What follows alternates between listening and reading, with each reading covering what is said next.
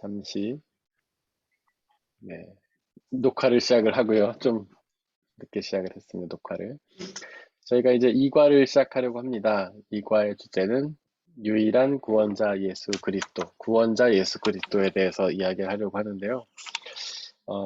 우리가 예수님을 믿는 사람들이잖아요. 그리고 교회를 다니는 이유도 예수님을 믿기 위해서 교회를 다니는 것이고, 혹시 여러분들은 그 예수님을 어떻게 생각하시나요? 그냥 개인적인 이야기를 좀 들어봤으면 좋겠어요. 뭐 여러분이 만난 예수님을 나눠주셔도 좋고, 여러분들이 아는 예수님을 나눠주셔도 좋고, 네, 편안하게 정답은 없고요. 네, 여러분들 느끼시는 그 예수 그리스도에 대해서 한번 이야기해 봤으면 좋겠습니다.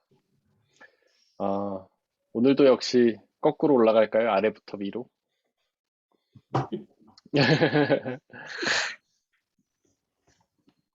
저 먼저 그러면 하겠습니다. 네,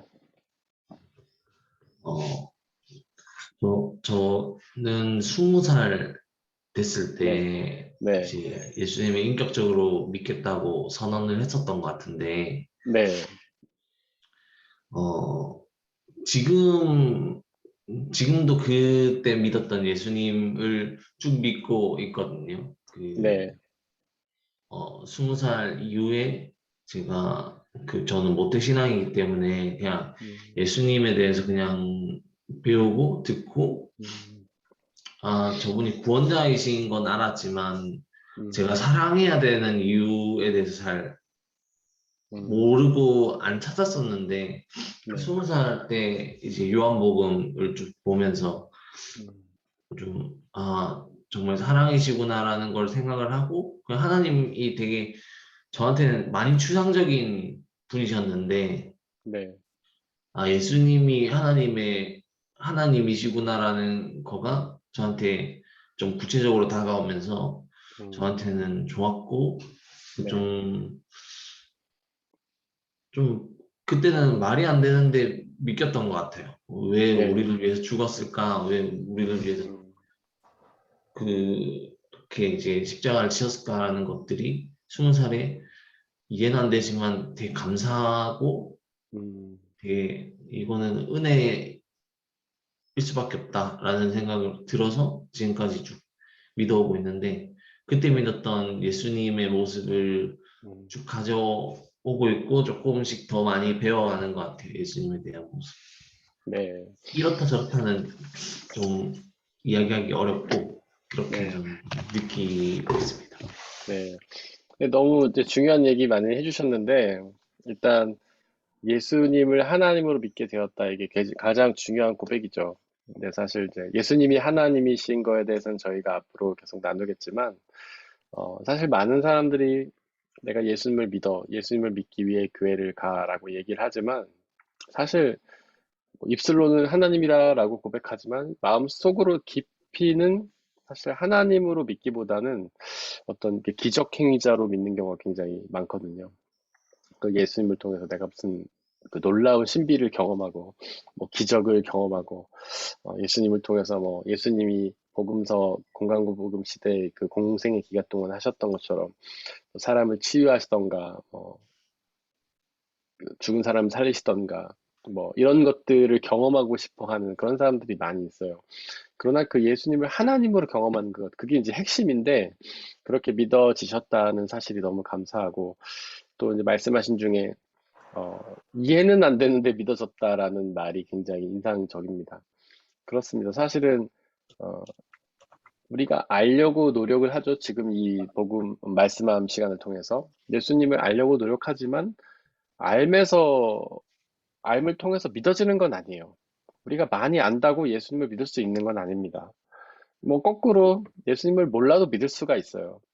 네, 믿음이라는 거는 주어지는 거거든요, 사실. 우리가 예수님 믿어야 돼. 막 이렇게 말하면서 마치 믿음이 우리의 행위인 것처럼 사람들이 생각하지만 그렇지 않다는 거예요. 믿음은 은혜예요. 선물이에요. 주어지는 거예요.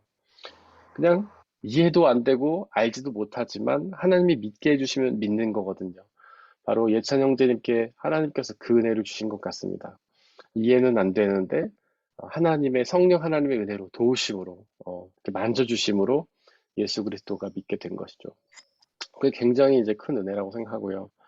어, 물론 우리가 알려고 노력해야 되지만 알 수 없는 순간에 믿음 게 굉장히 필요하고. 근데 이제 시간이 흐르면서 사람들이 이제 머리가 커지고 뭐 지식이 발달하고 그러면서 알 수 없는 거는 진리가 아니라고 자꾸 생각하는 이제 경향이 있죠. 그게 과학주의의 저는 하나의 부작용이라고 생각하는데, 과학은 항상 증명된 것만을 사실이라고 생각하고 증명된 것만을 믿음이라고 생각하잖아요. 근데 사실 과학 안에도 증명할 수 없는 것들이 많잖아요. 가설이라고 이름 붙어져 있는 것들. 근데 스스로도 증명은 할 수 없는데 쓰는 것들이 있단 말이에요. 이론. 그것을 사용하면 많은 것들이 설명이 되고 뭐 답이 도출이 되는데 그 이론 자체를 증명하지 못하는 거예요. 근데 과학 안에도 그런 게 있기 때문에 어, 그것은 뭐냐면 과학주의, 어떤 증명된 것만을 사실로 믿으려고 하는 그 자체가 잘못된 시도라는 거예요. 우리는 증명할 수 없지만 존재하는 게 분명히 있다는 사실을 이제 믿음으로 나가야 되는 거죠. 그래서 여찬 형제님처럼 하나님께서 은혜를 주셔서 어, 본인이 애쓰지 않았지만 그 믿어진 은혜, 그게 참 귀한 은혜라고 생각합니다. 지금 하라 자매님도 들어와 계신 것 같은데 자매님은 그 카메라를 켜기가 어려우신 상황이신가요? 네, 저는 조금만 있다가 킬게요, 목사님. 네, 그러면 말씀 예수님을 어떻게 생각하는지 예수님을 생각하면 어떤 분이라고 생각하지 그 얘기를 해주실 수 있죠? 어, 네, 저는 마지막으로 할게요. 네, 알겠습니다. 네, 그러면 우리 문석훈 집사님 해주시기 네, 바랍니다. 네, 저는 네, 예수님을 음, 그냥 막연히 좋은 분, 좋은 분, 내 죄를 사해 주신 분, 음, 나를 위로해 주시는 분, 음, 그냥 그리고 내 죄를 사해서 십자가에 음, 대신 돌아가셔 주시는 분, 그냥 그런 식으로 그냥 뭔가 좋은 이미지로만 저희 다가왔었던 것 같은데 네, 최근 들어서는 여기 요한복음 14장 6절에 나와 있는 말씀이 오늘 또 이렇게 보니까 새롭게 다가오는데 네, 정말 좋은 분을 넘어서서 예수님은 진리구나. 그러니까 예수님의 가르침과 그런 걸로 사는 것이 왜 예수님이 그런 말씀을 하셨고 왜 우리에게 그런 가르침을 주셨고 왜 예수님이어야만 하는지를 네, 요새는 더 새로운 시각으로 느끼는 것 같아요. 그래서 네, 결국은 또 너무 원론적인 얘기일 수도 있지만 결국은 시선을 나 자신에서 세상에서 하나님으로 돌이켜야 된다는 그런 시선으로 요새는 예수님이라는 존재가 많이 다가오는 것 같아요. 네, 맞습니다. 이제 우리가 처음에는 그 예수님을 생각하면 그냥 마냥 좋은 분으로만 생각하죠. 근데 그거는 이제 자연스러운 현상인 것 같아요. 음, 우리가 그 기독교를 역사적인 종교다 이렇게 표현을 하는 신학자도 있거든요. 근데 역사적인 종교라는 게 무슨 뜻이냐면 기독교가 성장을 한다는 거예요. 그러니까 그 신학 이론이 점차 기초적인 거로부터 어려운 이론으로 발전한다는 거예요. 그거는 무슨 뜻이냐면 신학 이론 자체가 미성숙했다 성숙해진다는 뜻이 아니라 하나님은 전능하시지만 그걸 경험하는 우리가 미성숙해서 성숙해진다는 뜻이에요. 우리가 구약 성경부터 신약 성경을 읽다 보면 구약의 하나님은 좀 약간 어떻게 보면 이런 표현이 굉장히 불경건하게 들릴 수도 있겠지만 약간은 좀 유치하게 느껴지잖아요. 하나님. 뭐 질투하시는 하나님이시고 너 나 믿으면 줄 건데 믿지 않으면 너 혼낼 거야. 막 이런 어떤 그런 하나님. 근데 그 하나님 자체가 그렇게 성장했다는 뜻이 아니라 그 하나님을 경험했던 이스라엘이 옛날에 미숙했던 거예요. 유치했던 거예요. 그들이 성숙하면서 하나님을 점차 성숙한 분을 온전한 분을 경험한 거죠. 마치 우리의 자녀들이 뭐 예주 예언이가 한 살 때 보던 아빠랑 7살 때 보던 아빠는 다르잖아요. 한 살 때 아빠는 그냥 우쭈쭈 우쭈쭈 해주고 막 예뻐해주는 아빠라면은 7살 때 아빠는 뭐 잘못하면 혼내기도 하고 잘하면 칭찬도 해주고 그런 아빠고 11살의 아빠는 이제는 뭔가 인생에 대한 이야기도 하고 야, 너 비전이 뭐냐, 꿈이 뭐냐 얘기도 하고 뭐 20살의 아빠는 그래 인생은 네가 제일 책임져라 이런 아빠고 하지만 40살이 되면 아빠는 이제 오히려 내가 보호할 대상이고 그를 위해 내가 뭔가 해줘야 되는 대상 이렇게 변하잖아요. 자녀들이 성숙해짐에 따라 아빠에 대한 느낌이 달라지는 거죠. 그것처럼 우리의 신앙이 성숙해지면서 하나님에 대한 상이 달라지는 거예요. 그러니까 문 집사님이 처음에는 하나님을 그저 좋은 분으로 경험을 했다면 이제는 뭔가 진리이신 분이시다라고 경험을 한다는 것은 집사님의 신앙이 그만큼 성숙해 가고 있다는 뜻이고요.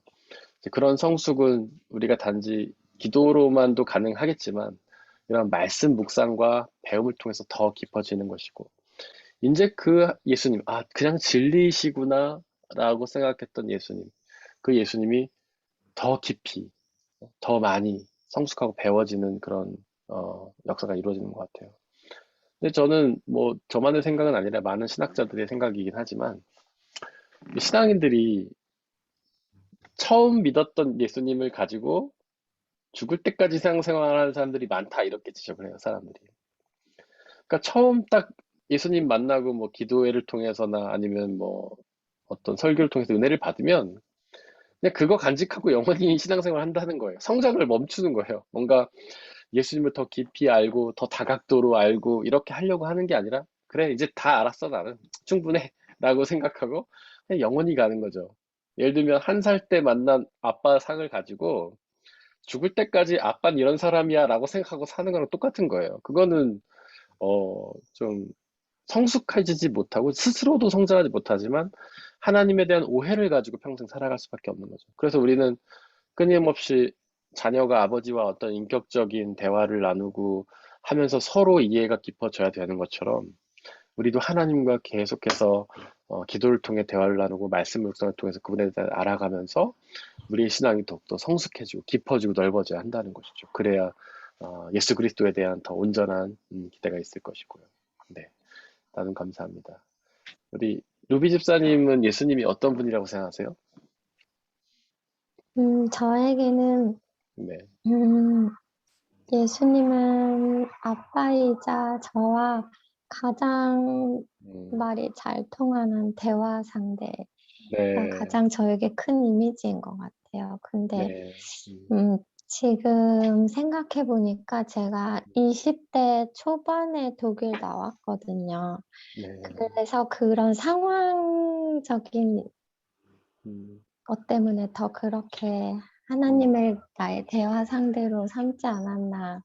그냥 음, 부모님께는 되도록이면 좋은 소식만 들려주고 음, 싶은 그런 마음에 네, 모든 저에게 일어나는 모든 일은 하나님과 주로 음, 나눴던 것 같아요. 그래서 네, 어려움, 고민, 애로사항, 막 겁이 날 때도 그럴 때도 음, 유일한 저의 파트너로 음, 삼고 하나님한테는 진짜 솔직하게 그거 다 음, 제 마음을 표현을 했던 것 같고 그래서 네, 저는 그런 마음이 있었기 때문에 네, 되게 일상에서 하나님과 많이 대화했던 것 같아요. 길 가면서 수업 네, 가는 길에 음, 뭐 연습하면서 잘 안 될 때 아니면 네, 콩쿠르 나갈 때 모든 데 일상 가운데서 하나님이랑 대화를 했던 것 같고 네, 그래서 그런지 하나님은 늘 들어주시는 분, 또 네, 늘 위로해 주시는 분, 그리고 음, 무조건적인 사랑을 주시는 분 그런 거를 자주 느꼈어서 그런지 그냥 네, 내가 언제든 달려갈 수 있기 때문에 음, 나의 안식처이자 음, 그냥 따뜻한 분? 음, 네, 그런 이미지가 저한테 제일 강한 것 같아요. 네, 루비 집사님이 참 예수님에 대해서 아주 깊이 느끼셨다라고 생각이 되고요. 어, 이제 우리가 사실 창조주 하나님을 생각하면 이제 성경은 그분이 하늘에 계시다라고 표현을 하잖아요. 하늘에 계시다라는 것은 뭐 정말 우주 저편 어디 하늘에 계시다 이런 뜻이 아니라 그 이야기가 하고자 하는 이야기는 뭐냐면 우리랑 좀 다른 곳에 있다는 뜻이에요. 하나님이라는 존재가. 그러니까 초월적인 곳에 계시고 초월적인 존재라는 뜻이에요. 하나님이 하늘에 계시다라는 거. 근데 그 하나님이 임마누엘이 되셨잖아요. 임마누엘은 우리와 함께 계시다. 하나님이 우리와 함께 계시다. 근데 그 임마누엘의 첫 번째 증거가 바로 예수님이잖아요. 하늘에 계신 하나님, 우리와 먼 곳에 계시던 하나님, 뭔가 부르짖고 찾아도 양가 동떨어진 곳에 계시고 침묵을 경험하게 되는 하나님이셨다면 이제 그분이 임마누엘 하셔서 우리와 함께 계시는데 우리와 똑같은 사람의 모습을 오셨다는 거죠. 그래서 우리 집사님이 얘기한 것처럼 말씀하신 것처럼 친구, 아버지처럼 느낄 수도 있고 그리고 친구처럼 느낄 수도 있고 뭔가 나의 마음의 속마음들을 다 얘기할 수 있고 옆에 있는 존재처럼 우리와 함께 계신 존재, 항상 의지하고 의탁하고 기도하고 말씀을 나눌 수 있는 존재가 되신 거죠. 그리고 그럼 예수님이 다시 하나님 나라로 올라가셨죠. 승천하셨잖아요. 근데 그 얘기는 뭐냐면 예수님마저도 이제 우리와 약간 동떨어진 곳으로 가셨어요. 그러나 그 대신 누굴 보내셨습니까? 바로 성령 하나님을 우리 가운데 보내주셨죠. 그분은 영이신 하나님, 우리의 마음과 생각에서 활동하신 하나님. 그로 인해 다시 임마누엘이 이루어진 거죠. 우리는 그 성령 하나님을 통해 다시금 예수님과 함께 옆에서 깊은 교제를 나눌 수 있게 되는 거죠. 그 집사님께서 임마누엘의 하나님을 아주 가깝게 경험을 하신 것 같고요. 그리고 사람들이 그렇게 생각을 해요. 내가 어렵고 힘들 때 예수님한테 내 마음을 토로하고 내 기도 제목을 아뢰는데 이제 침묵을 경험한다는 거죠. 뭐 답이 없다는 거예요. 뭐 기적을 일으켜달라고 기도해도 별로 기적도 안 일어나는 것 같고 뭔가 말씀을 알려달라고 해도 뭐 머릿속에 떠오르는 생각이 있는 것도 아니고 뭐 이렇게 계시가 오는 것도 아니고 하나님 침묵하시는 거 아닌가? 더 나아가서 야, 응답도 없으시는 하나님이 없는 거 아니야? 뭐 이렇게 생각하는 사람도 있고 근데 우리 집사님이 말씀하신 것처럼 하나님 항상 가장 적절한 방법을 통해서 우리에게 말씀을 하시고 가장 적절한 기적과 은혜를 우리에게 베풀어 주시는 거죠. 사실 말씀은 우리의 뭐 생각과 어떤 영을 통해 계시를 보여줄 수도 있죠. 꿈이나 환상을 통해서도. 하지만 그것보다 더 분명한 말씀은 바로 성경 말씀이잖아요. 하나님 말씀.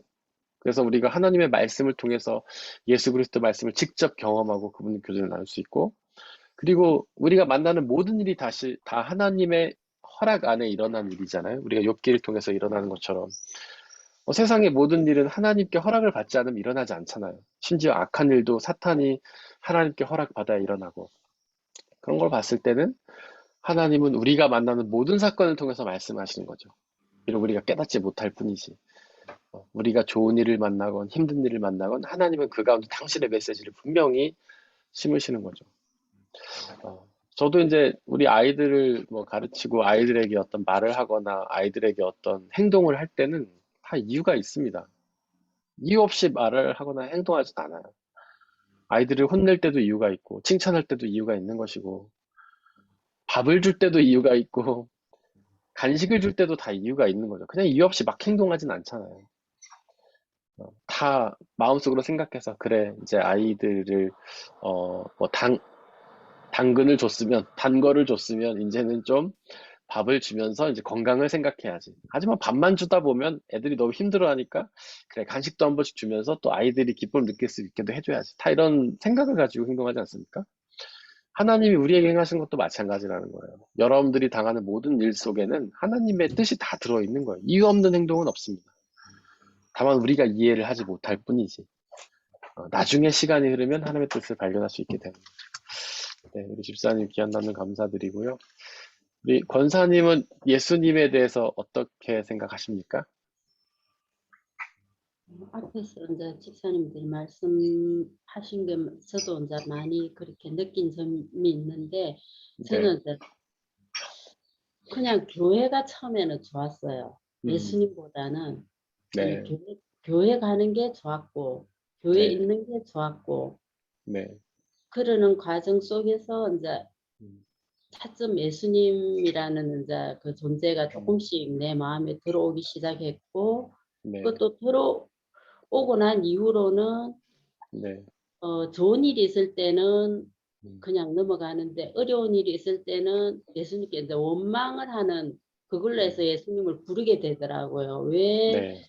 나에게 이런 일이 있나요? 왜 나는 내가 원하는 대로 되지 않나요? 이런 식으로 이제 그런 예수님을 그러니까 청년기에 그때는 이제 접했다고 하면 네, 이제 그 이후로는 어 제가 조금 단순해요, 어떤 면에서는. 그래서 무조건 믿어보자. 제가 모르는 게 너무 많으니까 그냥 목사님들이 가리키는 대로 그냥 믿자.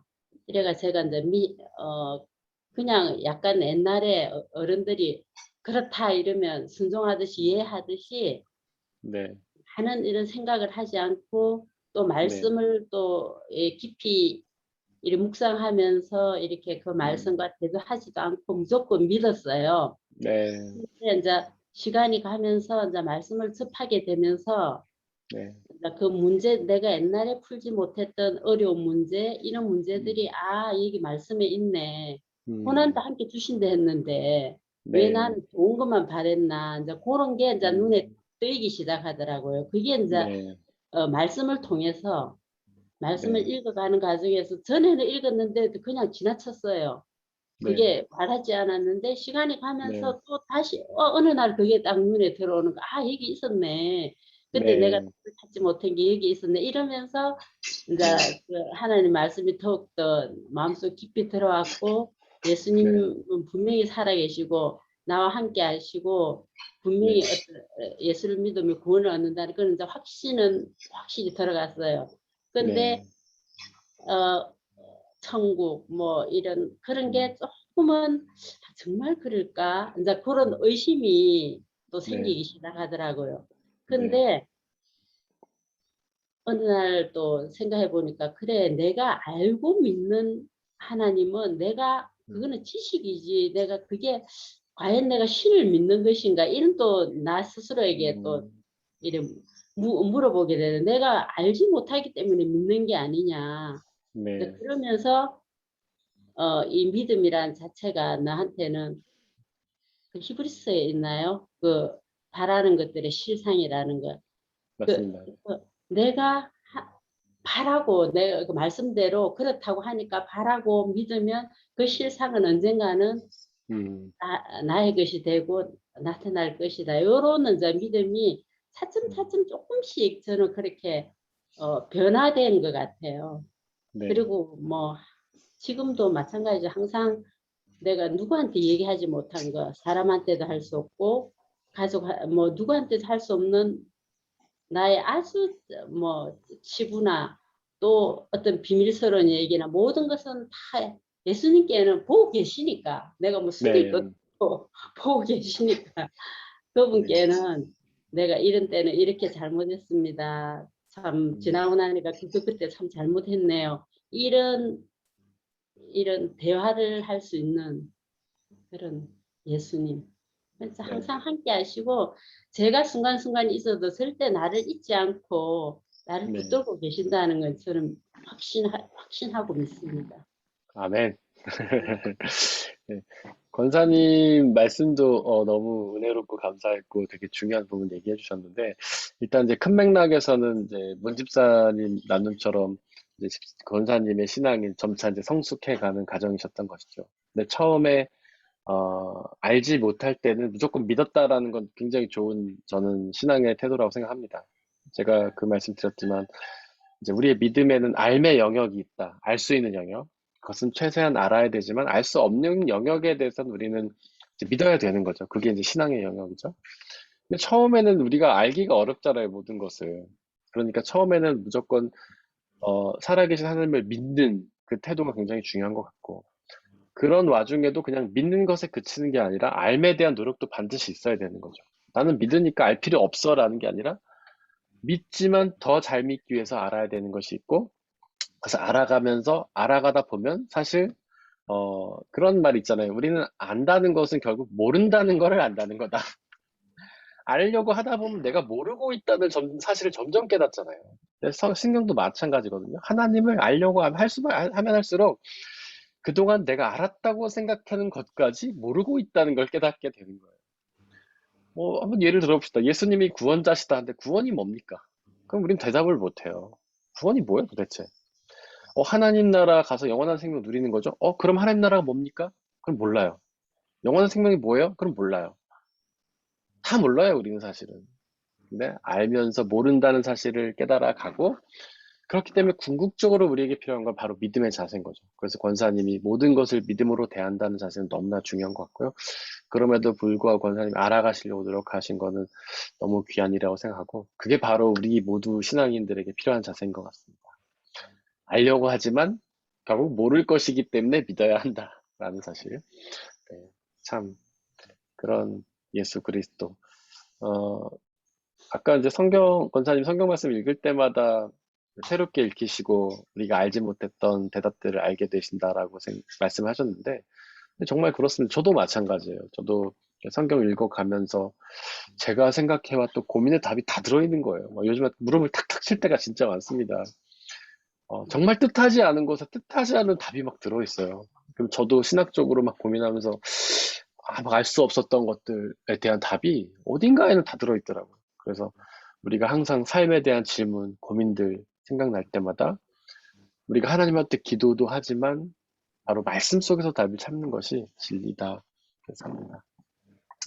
하라자매님, 나눔 괜찮으신가요? 아니면, 네, 네, 네. 네, 저는요, 음, 대학생 때까지만 해도 네, 그 삼위일체 하나님을 네, 따로따로 어, 경험하거나 생각을 해본 적은 없는 것 같아요. 그냥 네, 뭐 성부성령님 이렇게 배우고 세 분이라는 거는 아는데 그분들을 그렇게 굳이 따로 생각해 본 적은 없는 것 같아요. 그냥 나한테는 하나님이고 그냥 네, 네, 다 똑같아요. 네, 그리고 저는 그때 그 비디오로만 봤는데 저한테 삼위일체 이런 거는 그냥 저는 물이라고 생각했어요. 얼음이랑 수증기랑 물이랑 다 똑같은데 네, 슈퍼스테이트에서 모든 한 게 다 같이 있을 수 있는 그런 다 같은 그렇게로만 생각하고 이제 배우면서 뭔가 하나님은 좀 더 멀리 있는 것 같고 하늘나라에 네, 있는 것 같고 성령님은 나랑 언제나 함께하고 내 안에 있고 내가 찾으면 언제나 있는 그러니까 네, 내가 멀어지지 하지만 언제나 나랑 같이 하고 있는 성령님이고 예수님은 딱히 네, 이렇게 따로 다른 뭐라고 생각한 적은 없는 것 같은데 네, 요즘에 이제 공부를 하고 그러면서 인간이라는 게 강조되니까 예수님은 그 셋 중에서 네, 어, 우리처럼 인간으로 살았는데 완벽하게 믿었다고 하고 하나님한테만 의지하면서 살아갔던 인간이니까 네, 네. 그러니까 하나님이 아니면은 그런 삶을 못 살았을 거라는 인간으로 정말 완전한 인간이었으면 그렇게 살지 네, 못했을 거고 지금도 나도 성령님이 있으니까 하나님을 믿고 살아가는 거기 때문에 네, 예수님도 인간은 네, 아니었던 것 같아요. 네, 네, 저한테는 그렇게 네. 셋을 이렇게 따로따로 생각한 지 얼마 안 된 것 같아요. 네. 이제 사실은 이제 우리 입장으로 보면 이제 삼위일체 하나님을 굳이 구분할 필요는 없다는 생각도 저도 듭니다. 근데 우리가 특성을 배우기 위해서 삼위일체 하나님을 굳이 구분해서 배우는 거지, 굳이 우리가 그분을 따로따로 생각해서 믿을 필요는 없는 거예요. 이제 창조주 하나님이 창조하셨고, 인간의 모습으로 오셔서 우리를 구원하셨고, 우리와 함께 하시면서 구원을 이루어 가신다라는 것들이 우리는 그냥 한 분 하나님의 역사로 이해해도 상관은 없습니다. 하지만 이거를 따로따로 우리가 구분해서 이해하는 이유는 그 한 분 한 분 하나님의 특성을 우리가 정확히 이해해야 되기 때문에 그래요. 굉장히 중요한 부분이에요. 하나님은 창조주시다. 하늘의 하나님. 창조가 무엇인지 아는 게 굉장히 중요하고, 생명의 창조주로서. 그다음에 성자 예수님, 인간의 모습으로 오셔서 그 예수님이 우리 가운데 하신 구원 사역이 무엇인지 아는 게 중요하고, 그다음에 성령 하나님 우리 가운데 오셔서 우리의 마음과 생각에서 어떤 일을 이루시는지 그걸 아는 게 중요하기 때문에 우리가 구분을 하는 것이지, 그냥 우리는 삼일체 하나님으로 받아들여도 상관이 없습니다. 근데 이제 저희가 좀 이따 나누겠지만 그런 예수님이 인간이다라는 부분은 굉장히 중요한 거예요. 근데 그게 우리가 느껴질 때는 완전한 인간이 아닌 것처럼 느껴질 수도 있겠지만 그렇지 않다는 거죠. 핵심은 그거예요. 예수님은 완전한 인간이면서 동시에 완전한 하나님이다. 이 고백이 굉장히 중요해요. 초대교회 때는 이 고백을 어기는 사람은 다 이단이 됐어요. 특별히 이제 영지주의란 이단, 이미 성경 시대에 나오는 이단이 영지주의인데 그들은 바울의 책에 보면 굉장히 많이 나와요. 요한복음도 그 영지주의자들에게 대격하기 위해 쓰여진 책들이고 많은 바울의 책들이 영지주의자들에게 배격하기 위해 쓰여진 책이에요. 근데 그 영지주의자들의 주장의 핵심이 뭐냐면 예수님은 하나님이지 인간은 아닐 거야. 그냥 인간의 모습인 척하신 것이지 인간이 아니다. 그게 그들의 주장의 핵심이에요. 그래서 예수님은 하나님이셨기 때문에 이 세상에서 인간적인 모습을 보이지 않으셨다라는 거예요. 근데 우리는 사실 그렇게 다들 받아들이고 싶어 하고 받아들여야 자연스럽게 그렇게 생각해요. 하나님이 인간이 되셨다라는 걸 우리가 입술로는 고백하는데 마음으로 사실 쉽게 동의하지는 못해요. 하나님이면 하나님이지 무슨 인간이 될 수 있냐. 예를 들면 그런 거죠. 하나님이 우리처럼 똑같이 잠을 주무셨을까? 배가 고프셨을까? 시기심, 질투심, 미움을 경험하셨을까? 그다음에 고난과 아픔과 슬픔을 느끼셨을까? 그리고 뭐 성욕을 느끼셨을까? 욕심을 있으셨을까? 욕망이 있으셨을까? 우리는 솔직히 아니라고 생각하잖아요. 그분은 아닐 거야. 설마 예수님이 우리처럼 힘들어 하셨을까? 우리처럼 아파하셨을까? 아니에요, 목사님. 네, 그러면은 네, 너무 괴롭잖아요. 네, 예수님이 그런 걸 경험해서 우리를 네. 도와주는 거라면서요. 그거를 아니, 경험 안 한 그러니까 하느님이면은 맞아요. 너무 그게 너무 맞다는 걸 제가 설명드리는 거예요, 지금. 그렇다는 걸 설명드리는 거예요. 예수님이 하나님만이 아니라는 걸 설명드리는 거예요.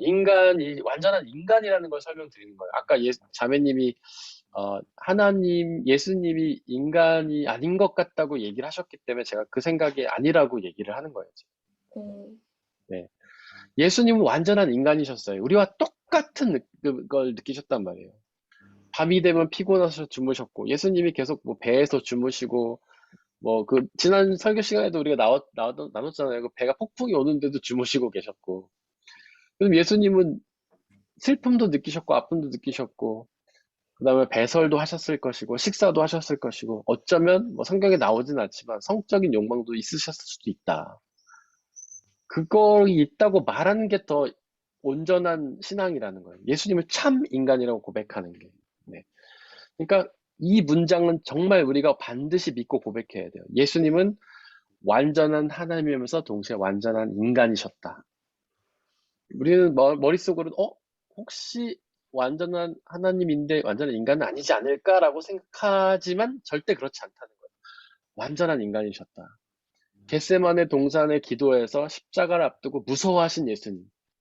그게 성경이 말하는 그대로 예수님 무서움 느끼셨다는 거예요. 왜냐하면 예수님 온전한 인간이기 때문에.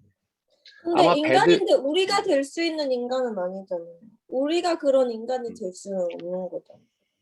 우리와 똑같은 인간인데 우리랑 다른 점이 하나 있다면 뭐냐면 우리는 참 하나님이 될 수 없지만 그분은 참 하나님이시라는 사실인 거죠. 인간인 점에서는 예수님과 우리는 똑같습니다. 하지만 우리는 그분처럼 참 하나님이 될 수 없다는 게 다른 거예요. 여러분들이 그냥 예수님이 이 세상에 인간으로 오셔서 사셨던 거는 여러분과 똑같은 인간이셨다고 생각하시면 돼요. 배신의 마음 아파하고 외로움의 고독을 느끼시고 그 다음에 어떤 죽음이나 고난에 대해서 두려워하시고 똑같은 거예요. 그건 전혀 다르지 않아요. 욕망을 느끼시고 하지만 우리는 참 하나님이 될 수 없지만 그분은 참 하나님이 되실 수 있다. 그래서 그분 속에서 하나님과 깊은 교제가 가능했고 하나님의 뜻을 어느 정도 깨달으실 수 있었고 그 뜻에 온전히 순종할 수 있었다. 그런 게 이제 다른 거죠. 우리는 하나님의 뜻을 온전히 깨닫지도 못하고 온전히 순종하지도 못하고 온전히 믿지도 못하잖아요. 우리는 늘 흔들리고 낙심하잖아요. 그런 부분이 다르다. 이렇게 이해하시면 됩니다. 그래서 예수님은 반드시 참 하나님이시고 반드시 참 인간이다. 좀 이따 또 설명하겠지만 그게 굉장히 중요한 우리 기독교 신앙입니다. 하나자매님 혹시 또 궁금하시거나 나누고 싶은 게 있으신가요? 아니요. 근데 네, 아니 네, 완전히 인간인 거는 이해하는데 네, 대신에 완전한 네. 믿음도 있었던 거잖아요. 그렇죠. 믿음이라는 거는요, 주어지는 거예요. 은혜예요. 선물이에요. 우리가 가지는 게 아니에요. 믿음은 누가 주시는 거냐면 성령 하나님이 주시는 거예요. 예수님은 온전히 믿을 수 있었던 이유는 그분은 참 하나님이셨기 때문에, 곧 성령 하나님이셨기 때문에 하나님을 온전히 믿을 수 있었어요. 근데 우리는 참 하나님이 될 수 없잖아요. 우리는 성령으로 완전히 충만하지 못해요. 그래서 우리의 믿음은 흔들리는 거예요. 아까 권사님 너무 솔직하게 말씀해 주셨는데, 권사님도 의심할 때가 있다고 하셨는데, 저도 마찬가지입니다. 저도 하나님을 100% 믿지 못해요. 어느 순간엔, 정말 이게 하나님의 뜻인가? 의심할 때가 있단 말이에요. 그거는 우리가 참 하나님일 수 없다라는 것의 증명이죠. 그 부분이 다른 거라는 거죠. 예수님은, 근데 그게 신비예요. 우리의 머리로는 이해가 안 됩니다. 이 세상에 사람에게는 그런 존재가 불가능해요. 우리 사람은요, 동시에 두 가지 존재 방식으로 존재할 수 없어요. 사람은 동시에 사람이면서 동시에 영이 될 수 없어요. 사람 몸과 영이 하나의 존재인 거지. 근데 하나님은 동시에 가능한 거예요. 예수님은 동시에 가능한 존재예요. 그 부분은 우리가 이해가 안 되지만, 그 부분은 진리인 거죠. 예수님은 하나님이면서 동시에 인간인 게 가능하다. 근데 우리는 안 된다. 우리는 완전한 인간이지만 완전한 하나님은 될 수 없다. 이게 예수님과 우리의 이제 본질적인 차이인 거죠. 근데 그 부분은 사실 이해가 좀 어려운 부분이긴 합니다. 우리가 믿음의 영역이라서 믿는으로밖에 나가야 될 것 같아요. 네. 네. 자, 그러면 예수님에 대해서 저희가 여러 가지 생각들을 나눠봤는데, 이제 구원자 1번에 보면 예수님은 하나님이 보내신 유일한 구원자다 이렇게 되어 있습니다. 유일한 구원자, 유일한이 굉장히 중요합니다. 예수님 외에 다른 구원의 방법은 없다는 것이죠. 자, 이제 구원에 대해서 우리가 한번 먼저 얘기를 해봐야 돼요. 진도를 나가려면 구원이 무엇인가? 구원이 여러분들 뭐라고 생각하십니까? 구원? 죄에서의 해방. 맞아요. 죄에서 해방, 죄에서 건져내는 것, 해방. 구원이라는 말은요, 헬라어로 소테리아라는 말이에요. 어이구, 저 들리십니까? 네, 네. 들립니다. 네, 지금 공유하던 화면이 갑자기 꺼졌어요. 네. 저도 나간 줄 알고 생각했는데, 저는 잘 있죠? 네. 예. 네. 자, 구원. 구원은 우리 하라자매님이 말씀하신 대로 소테리아라는 말인데, 이 원어는 무슨 뜻이냐면 어떤 어려움에 빠져 있는데 거기서 건져냄을 받는다라는 거예요. 그런데 우리 기독교인의 어려움은 궁극적으로 죄죠, 죄. 죄에서 건져냄을 받는 게 구원이에요. 그래서 구원을 받는다라는 뜻을 이해하실 때는, 우리가 죄에서 건져냄을 받는구나, 죄에서 해방되는구나, 이렇게 이해를 하시면 돼요. 그렇다면 구원을 이해하기 위해서는 죄가 뭔지 먼저 알아야겠죠. 죄를 알아야 죄에서 건진받는 게 뭔지를 우리가 이해할 수 있잖아요. 죄가 무엇입니까? 자매님 마이크가 껴져 있어요. 뭔가 말씀하신 것 같은데. 하나님을 사랑하지 않는 것. 네, 맞아요. 하나님을 사랑하지 않는 것. 다른 말로 하면 사랑하지 않는 것을 이제 믿지 않는 것이라고 표현할 수 있죠. 권사님 어떤 말씀하셨죠? 뭐라고 예, 말씀하셨습니까? 예, 그 말 했습니다. 믿지 그 않는 말 하셨어요? 네, 맞아요. 하나님을 믿지 않는 게 죄죠. 근데 사람은요, 뭔가 반드시 믿게 되어 있어요. 네. 세상 모든 사람들은 뭔가를 믿게 되어 있어요. 믿음이라는 게 사람의 본성이에요. 여러분들, 무신론자는 뭐를 믿을까요? 무신론자는 신의 존재를 믿지 않죠. 뭐를 믿을까요? 자신을 믿겠죠. 네, 자신을 믿는데 일단 무신론자는요, 신이 없다는 거를 믿어요. 네. 그러니까 무신론자도 신이 없다는 거를 믿어요. 그게 무슨 뜻이냐면, 그들이 내세운 논리는 이런 거. 야, 신이 어딨냐? 신이 있다는 걸 증명해봐라라고 얘기를 해요. 근데 하나님의 존재를 증명할 수도 있지만 반대로 증명할 수도 없거든요. 하나님이 있다는 사실을 증명할 수도 없지만 하나님이 없다는 사실도 증명하지 못해요. 예찬 형제님 맞죠? 과학에서 신의 존재를 증명할 수 없지만 없다는 것도 증명 못하죠? 그렇잖아요. 근데 무신론자는 증명할 수 없는데 신이 없다는 걸 증명할 수 없는데 믿는 거예요. 나는 신이 없다고 믿어. 그러니까 세상 모든 사람은 다 믿어요. 뭔가를 믿어요. 증명할 수 없는 걸 믿는단 말이에요. 권사님 되게 중요한 얘기 하셨는데 하나님을 믿지 않는 사람은 그럼 무엇을 믿을까? 바로 나를 믿는다는 거죠. 무신론자는 궁극적으로 그냥 나를 믿는다 이렇게 얘기를 하죠. 난 하나님이 없다고 믿고 나를 믿어. 근데 그것도 믿음이죠. 왜냐하면 자기 자신이 뭔가 대단한 능력이나 어떤 지혜나 이런 걸 가지지 않았는데 그냥 막연한 믿음이에요. 자기를 믿으면 다 잘 될 것 같다는 믿음이죠. 결국 믿음이에요. 나를 믿는다. 나를 믿는다는 거를 우리가 유식한 말로 하면 무엇입니까?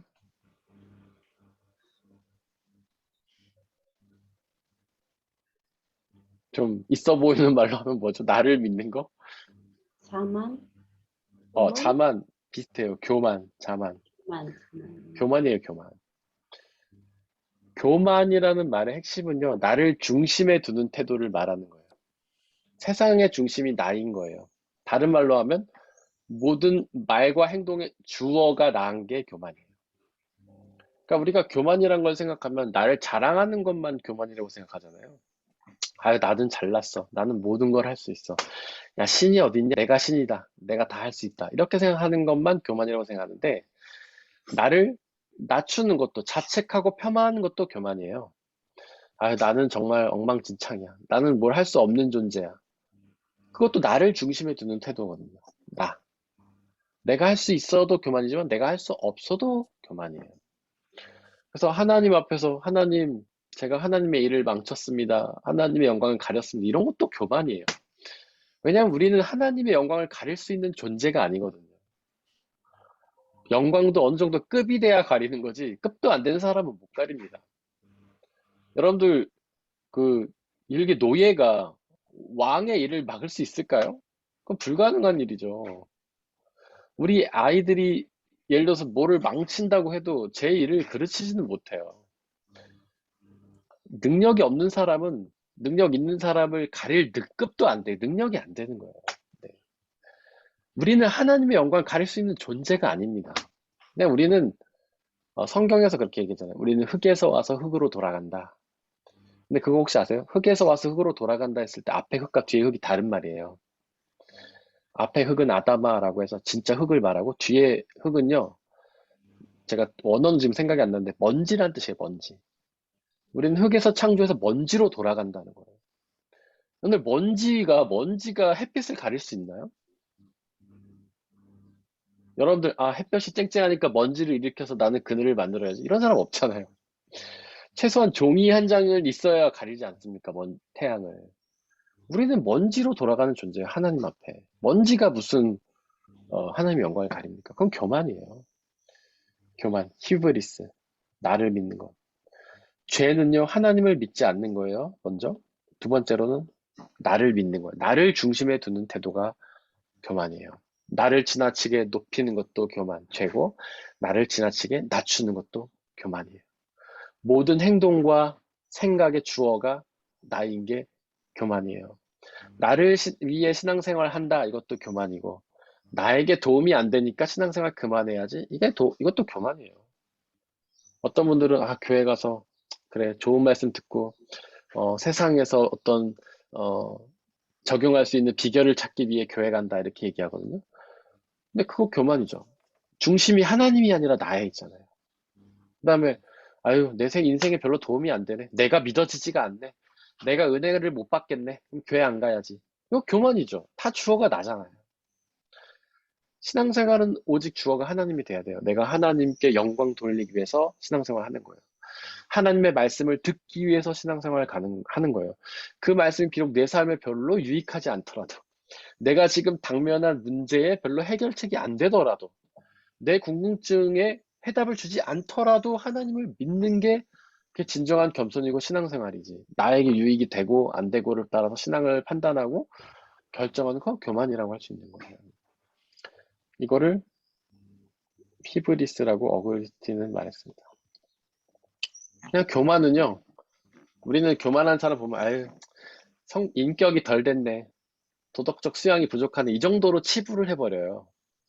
그냥 인격 수양이 덜 된 정도, 도덕적 준비가 덜 된 정도로 치부를 해버린데, 그렇지 않아요. 교만은 죄예요, 죄. 너무 심각한 거예요.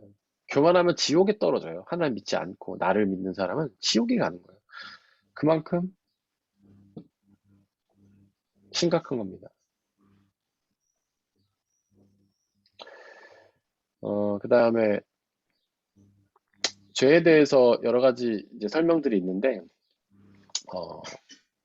바르트는 죄를 태만이라고도 말했어요. 태만, 게으름. 왜냐하면 하나님이 우리에게 생명을 주셨잖아요.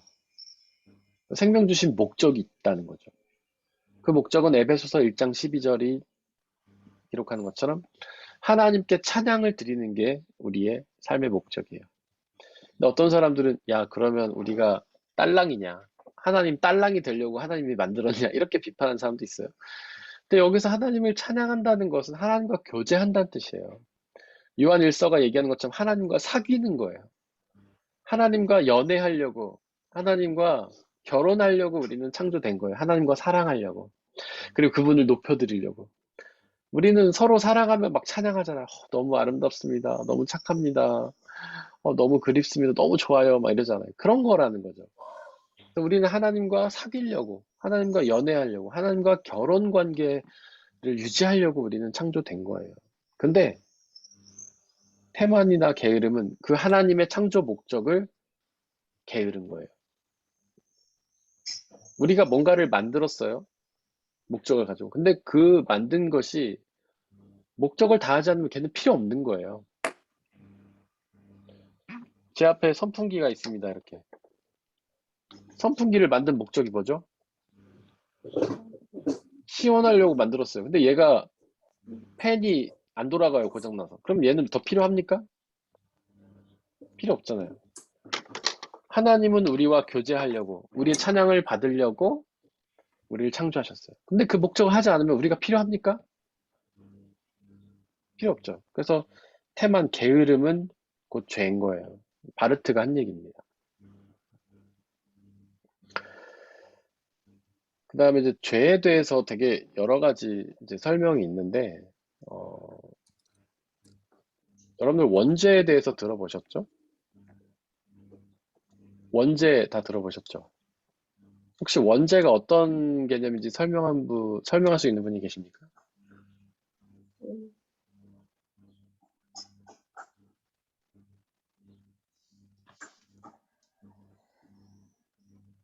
인간이 태어날 때부터 죄가 있는 게, 갓난아기도 죄가 있는 게 원죄 때문인 네. 것 같아요.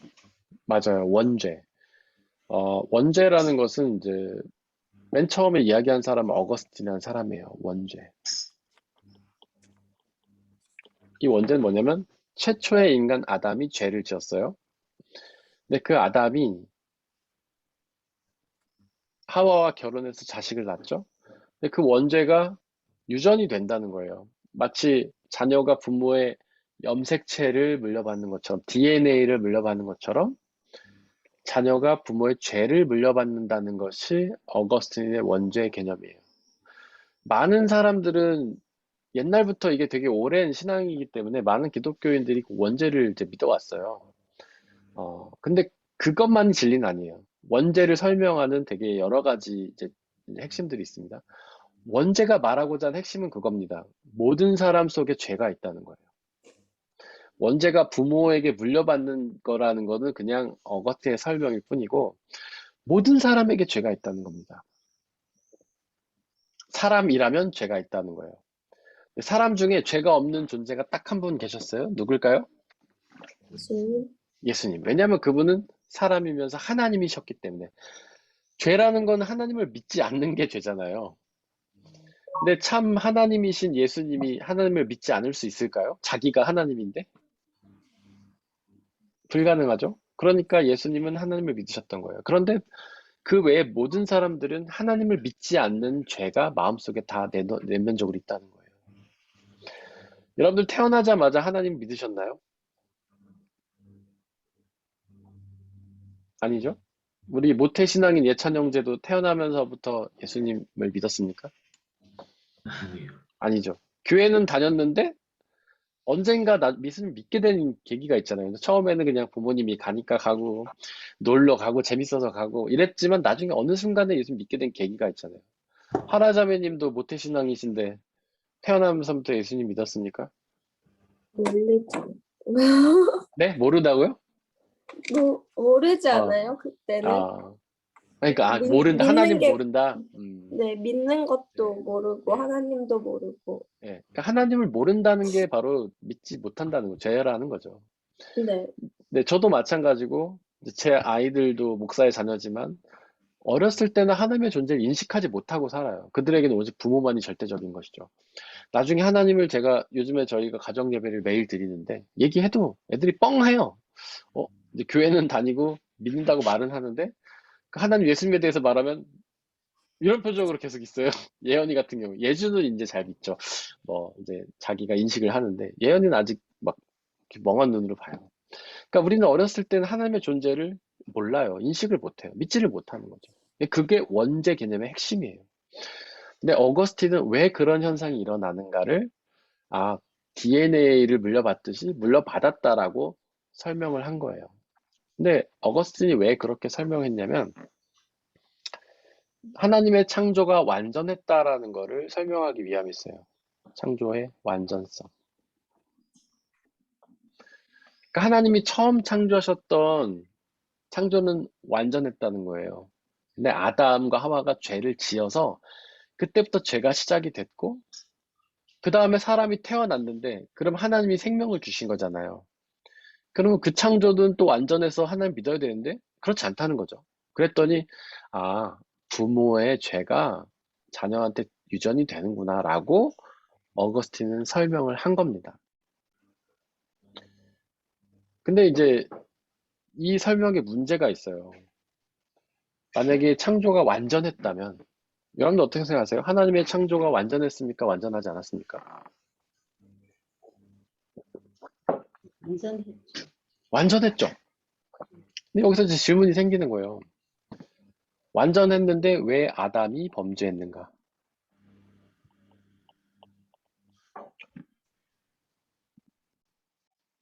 뱀이 유혹을 했잖아요, 아담을.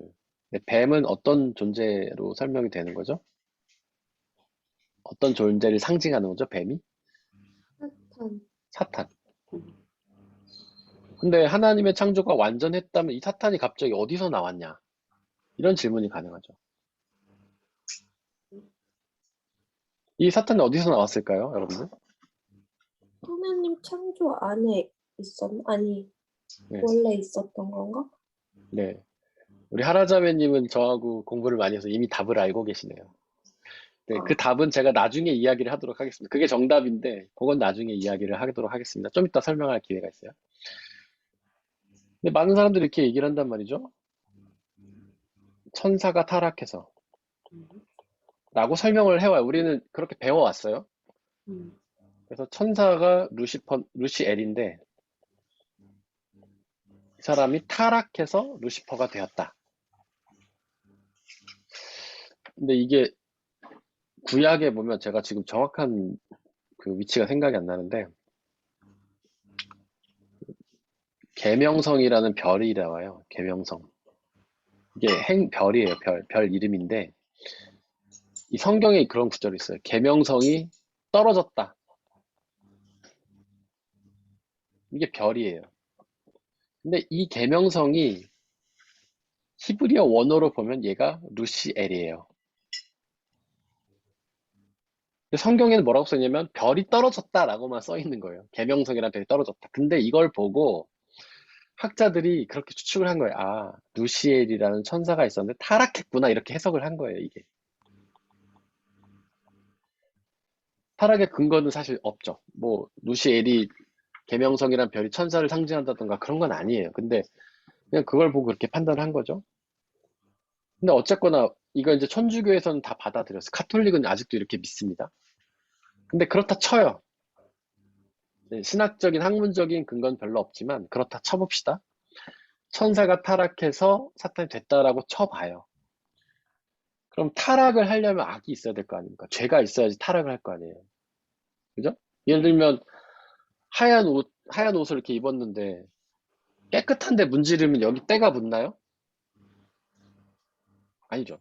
더러운데 문질러야 때가 묻어요. 타락을 하려면요, 악이 있어야 돼요. 죄가 있어야 돼요. 그러니까 천사가 타락을 하려면 이미 죄가 존재했어야 되는 거예요. 그러니까 창조가 완전했다라는 어거스틴의 설명은 물음표가 돼버리는 거예요. 답이 없는 거예요. 그래서 이거는 이제 비판을 받고 받아들여지지 않는 학설이 됐습니다. 어거스틴 학설. 그 다음에 이제 이레니우스라는 학자가 등장해요. 그래서 이렇게 설명합니다. 창조는 어린아이가 태어나는 것 똑같아 라고 설명한 거예요.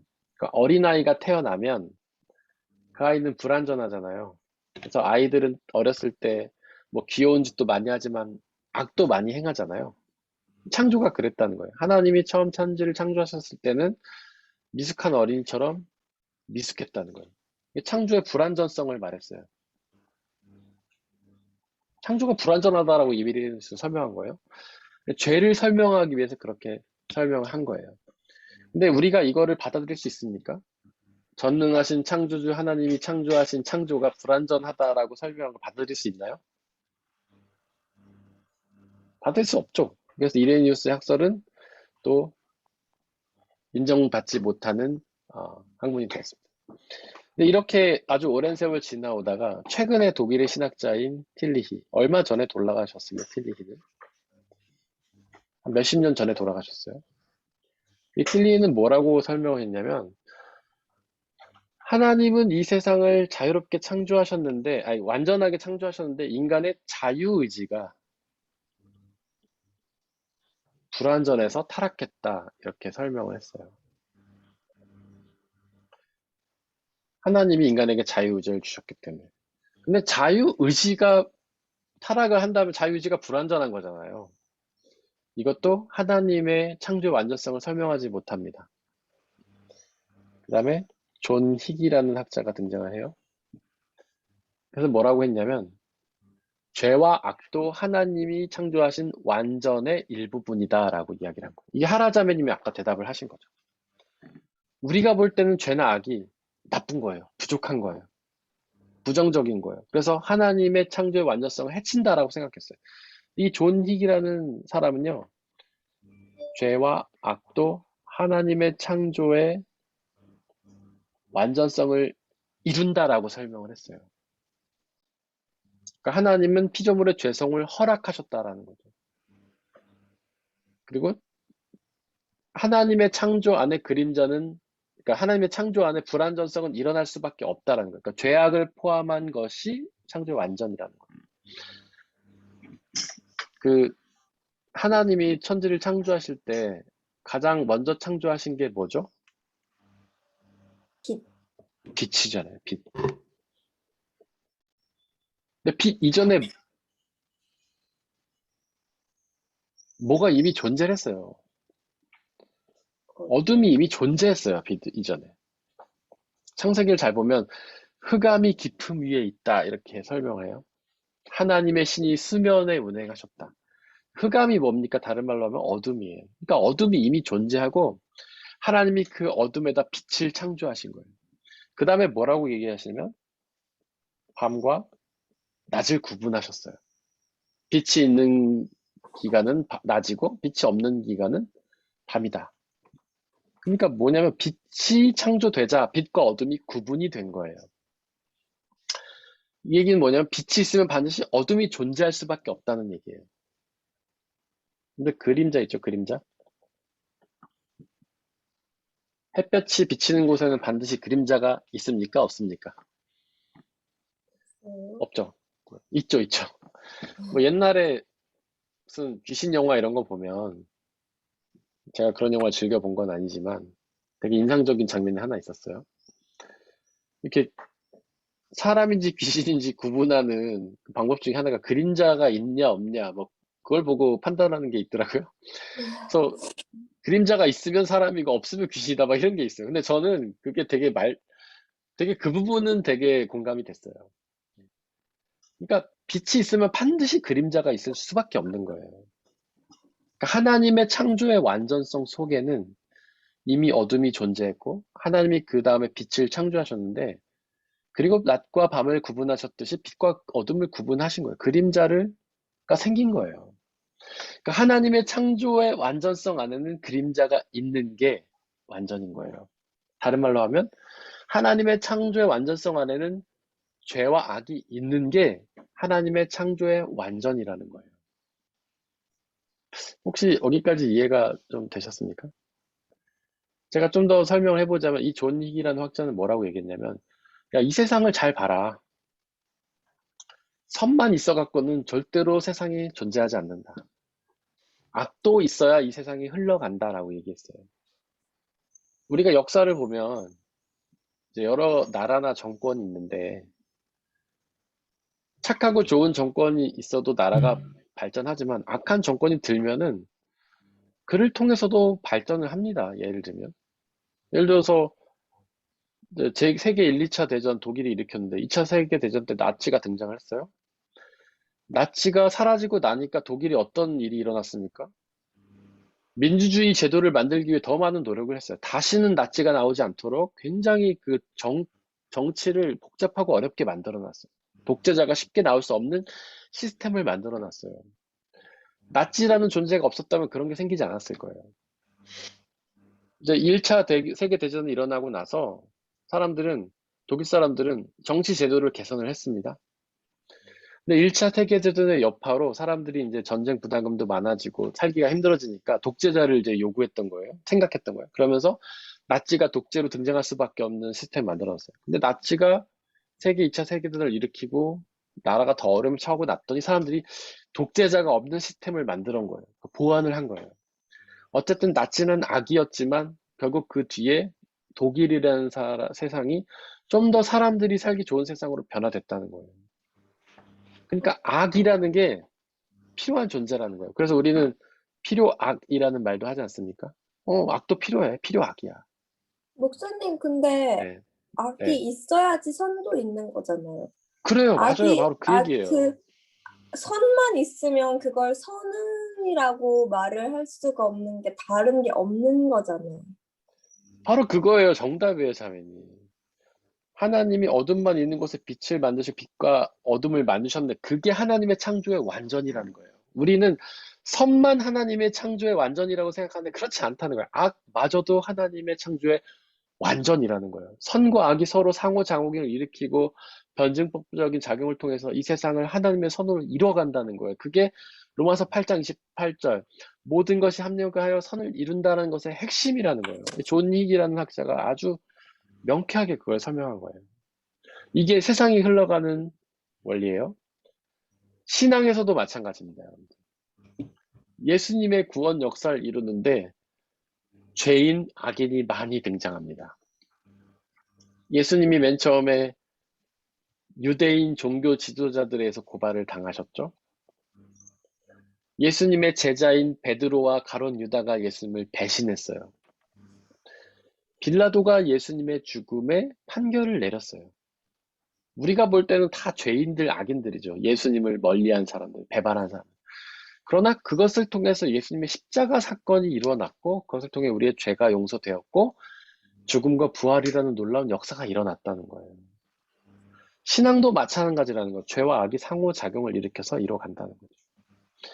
근데 우리는 현실적으로 우리의 삶을 통해서 하나님 앞에 기도할 때는 이걸 잘 받아들이지 못한다는 거예요. 우리 인생에 악이 침범하면 견딜 수 없어 하는 거죠. 하나님, 도대체 내 삶에 악이 왜 침범합니까? 왜 저런 나쁜 인간이 나를 괴롭힙니까? 저 악을 떨쳐주세요. 우리의 삶에 죄가 개입하는 걸 우리는 끔찍히 싫어해요. 다 테두리를 쳐요. 좀 죄악된 인간이 우리 근처에 오는 거를 멀리해요. 그걸 하나님의 저주로 생각해요. 하나님 왜 저를 시험하십니까? 막. 우리의 삶의 고난들, 어려움들, 우리는 막 끔찍히 싫어하죠. 하나님, 고난과 어려움을 당하면 주님 저에게 왜 이런 악을 주십니까? 이걸 떨쳐주십시오.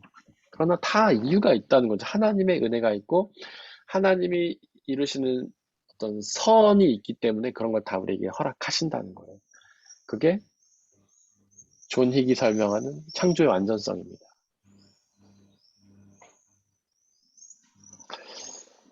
혹시 이 부분에 대해서 뭐 궁금하신 거나 나누고 싶은 게 있을까요? 존 힉이 말하는 창조의 완전성, 죄성에 대해서? 질문이 있는데요. 네, 그러면은 네, 그 나치 체제를 겪고 나서 아 이게 아니다라고 해서 또 이제 변화가 된 거는 오케이인데 네, 그러면은 그 변화되기 전에 네, 나치로 인해서 네, 고통받았던 그 평범한 사람들에게는 네, 그거는 그냥 네. 불행 아닌가요? 그리고 너무, 예, 만약에 악이 나에게 일어나서 말씀하셨듯이 모두가 그걸 다 싫어하잖아요. 왜 제게 네, 이런 일이. 네, 그러나 그걸 또 다 뜻이 있고 계획이 있고 선하게 쓰실 건데 그러면 네, 만약에 나는 가만히 있었는데 누가 와서 나를 공격했어. 나에게 네, 악을 행했어. 그러면 네, 하나님이 건드시고자 하는 거는 그 악뿐만 아니라 네. 저도 포함이 되는 건가요? 굉장히 좋은 질문인데요. 일단, 음, 나치 체제하에서 고통받던 사람들, 그 사람은 고통을 받은 거죠. 이런 걸 우리가 고난이라고 말할 수 있을 거예요. 우리 입장으로 너무 괴로운 일이죠. 근데 그 괴로운 일은 잠시뿐인 거예요. 그 끝에는 하나님이 선이 이루어지는 거죠. 이 사람들의 끝에는 아픔이고 죽음일 수도 있겠지만 하나님은 이들의 죽음과 아픔을 통해서 당신의 선을 이루어 가세요. 일단 1차적으로. 그리고 이들 가운데 하나님을 믿는 사람들은 구원이라는 선물이 주어집니다. 그래서 하나님이 볼 때는 물론 이들의 아픔과 고난은 괴로운 안타까운 일이지만 하나님의 이루시는 선을 이루신 도구가 되고 구원을 이루는 방법이 되는 거예요. 그래서 하나님이 그들에게 그것을 허락하시는 겁니다. 그래서 하나님은 그저 이들을 그냥 내버려 두지 않으시고 성령 하나님을 통해서 위로를 주십니다. 위로. 그리고 소망을 주세요. 물론 그들 자체는 너무 고난 속에서 안타깝고 고통스럽지만 하나님은 그것을 통해 당신 뜻을 이루시고 또한 그들에게 위로와 소망을 주신다. 그것이 욥기가 말하고 있는 바죠. 욥은 고난과 고통을 당합니다. 나치 치하에 마치 유대인들처럼. 하지만 하나님은 욥에게 침묵을 하세요. 일단 그 이유를 말씀해 주시지 않아요. 네가 왜 고난을 당하는지. 만약에 네가 고난을 당하는 것이 나의 선을 이루는 목적이라고 한다면 기쁨을 받을 수 있었겠지만 하나님은 그저 침묵을 하시죠. 하지만 욥의 고난을 통해서 우리는 욥을 통해서는 알 수 없지만 당신의 뜻을 이루십니다. 또 예수님의 고난이 있죠. 예수님도 나치치하 유대인들처럼 고난을 당하십니다. 억울하게 수많은 사람들에게 비난과 책망과 질책을 당하시죠. 하지만 그 예수님은 하나님의 뜻을 이루시죠. 바로 구원, 영원한 생명, 부활이라는. 예수님 이 가운데 고통스러우셨지만 하나님은 성령 하나님을 통해서 겟세마네 기도를 통해서 그들에게 위로와 평안을 주시죠. 예, 이렇다는 거예요. 그래서 성경은 우리 믿는 사람을 고난으로 초대합니다. 바로 하나님의 뜻을 이루는 도구가 되기 때문에 이스라엘을 광야로 부르시고 예수님을 믿는 사람들을 예수님께서 그러시죠. 나를 따르려거든 십자가를 지고 나를 따르라. 바로 이 고난, 고통을 통해서 하나님의 선을 이루는데 동참하라는 뜻이에요. 그래서 예수님을 믿었던 초대교회의 성도들 오히려 자기가 누리고 있던 부와 명예를 다 하나님 앞에 내려놓고 핍박의 길로 들어서죠.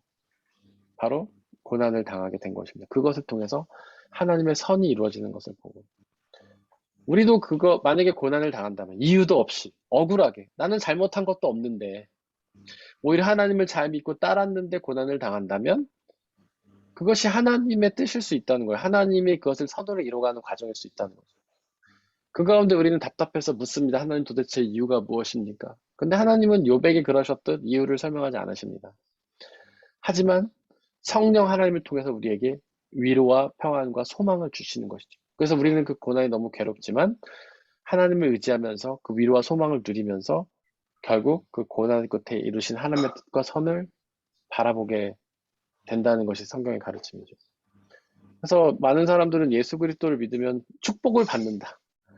뭐 평안을 누리고 잘 온다 이렇게 얘기를 하는데 사실은 고난을 당하는 게 먼저예요. 그리고 그 고난 가운데 고난을 이길 수 있는 위로와 은혜와 자유와 기쁨을 우리에게 주시는 것이죠. 이게 성경의 가르침이라고 저는 생각합니다. 집사님 좀 답이 되었나요?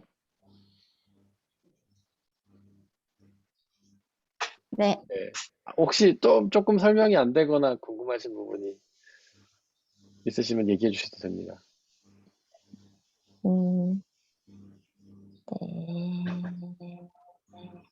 그러면 만약에 네, 믿는 사람이라면 그렇게 생각할 네, 수 있는데, 무슨 네, 뜻이 있으실 거다라는 네, 걸 또 붙들 수 있는데, 믿지 네, 않는 사람이라면 네. 그냥, 네, 네, 저도 그 부분이 궁금하긴 해요. 이제 나치에게 학살된 사람 중에 하나님을 믿는 사람도 있었고 믿지 않는 사람도 있었을 텐데 과연 그것은 그분들은 어떻게 하는가? 근데 물론 중요한 건 구원의 문제는 우리가 판단할 수 있는 게 아니라는 사실이에요. 근데 그들은 우리는 야 하나님을 믿지도 않는데 고난당하다 죽었고 아유 지옥 가겠네 불쌍하다 이렇게 생각하는 거잖아요. 근데 그거 자체를 우리가 판단할 수 없다는 거예요. 믿음과 구원의 관계는 하나님만의 영역이에요. 하나님의 판단이에요. 그래서 저는 그렇게 생각합니다. 하나님의 뜻을 이루기 위해서 희생된 사람들에게는 하나님의 나름의 은혜를 준비하시지 않았을까. 그냥 추측입니다. 저의 추측이에요. 전능하신 하나님, 사랑의 하나님. 하나님은요, 가능한 한 많은 사람을 구원하고자 하시지 많은 사람을 지옥에 보내길 원하지 않으세요. 사랑의 하나님, 아버지 하나님. 심지어 당신의 뜻을 이루기 위해 희생된 사람들에게는 하나님이 사랑과 은혜를 베푸시지 않았을까라고 우리는 추측할 수 있을 뿐이죠. 저는 그렇게 기대합니다. 마태복음 25장에 보면은 양과 염소 비유가 나오죠. 그게 마지막 심판날에 대한 비유예요. 거기서 예수님이 세상 모든 사람들을 모으고 구원과 심판을 선포를 하십니다. 근데 거기 사람들이 반응이 신기해요. 이제 맨 처음에 양으로 편성된 사람들, 오른쪽에 있는 사람들에게 예수님이 야 너희는 날 잘 믿었으니까 구원이야. 이렇게 얘기했더니 그 사람들이 뭐라고 하냐면 제가 구원을 받을 자격이 있나? 이렇게 얘기하잖아요. 그러니까 제가 다 핵심을 자르고 간단하게 핵심만 전하는 거예요. 그 설명 다 너무 기니까. 반대로 구원 얻지 못하는 사람들, 제가 왜 구원 얻지 못합니까? 라고 얘기해요. 구원 얻지 못하는 사람들은 자기가 구원 얻을 거라고 생각한 거예요. 구원을 얻는 사람들은 구원을 얻지 못한 사람들은 구원을 얻을 거라고 생각하는 것이고, 구원을 얻은 사람은 구원 얻지 못할 거라고 생각한 거예요. 그러니까 하나님의 심판은 우리가 생각하는 것과 다르게 일어난다는 거예요. 그러니까 우리가 구원을 확신하기 어렵다는 거예요. 칼빈주의자들은 야 구원을 확신하면 구원이야. 너 구원 받은 날짜가 언제야? 너 예수 믿는 날짜 어째? 그거는 구원의 날짜 이렇게 얘기하는데 그럴 수 없다는 거예요. 마태복음 25장의 양과 염소 비유는 그걸 말하고 있어요. 나는 구원을 받을 거라 확신하지만 심판날에 내가 왜 구원을 못 얻지 할 수도 있다는 얘기예요. 나는 구원을 못 받을 거라 생각하지만 마지막 날에 내가 구원을 받았네 라고 생각할 수도 있다는 거예요. 그게 마태복음 25장에 전하는 핵심 메시지 중에 하나예요. 그러니까 나치에서 희생당했는데 하나님 믿지 않아서 구원을 얻지 못할 거라고 생각했던 사람들은 우리와 다른 우리의 지각을 초월하시는 전능하신 하나님의 구원 방법이 그들에게 임했을 수도 있다. 저는 그렇게 생각하는 겁니다. 아무런 근거 없이 생각하는 게 아니고. 그래서 여러분들 두렵고 바울이 그러잖아요. 두렵고 떨림으로 구원을 이루라. 그게 뭐냐면, 아, 내가 구원 얻을 수 있을까? 얻지 못할까? 나를 늘 생각하면서 구원을 얻기 위해 더 많이 믿고 기도하면서 하나님께 나가라는 얘기를 하는 거예요. 확신 얻는다고 구원을 얻는 게 아닙니다. 제가 드릴 수 있는 설명은 여기까지인 것 같습니다. 제가 하나님의 지혜를 이해하는 데는 여기까지가 한계인 것 같고, 나머지는 우리가 나중에 주님 나라 갔을 때 확인할 수 있지 않을까 싶고요.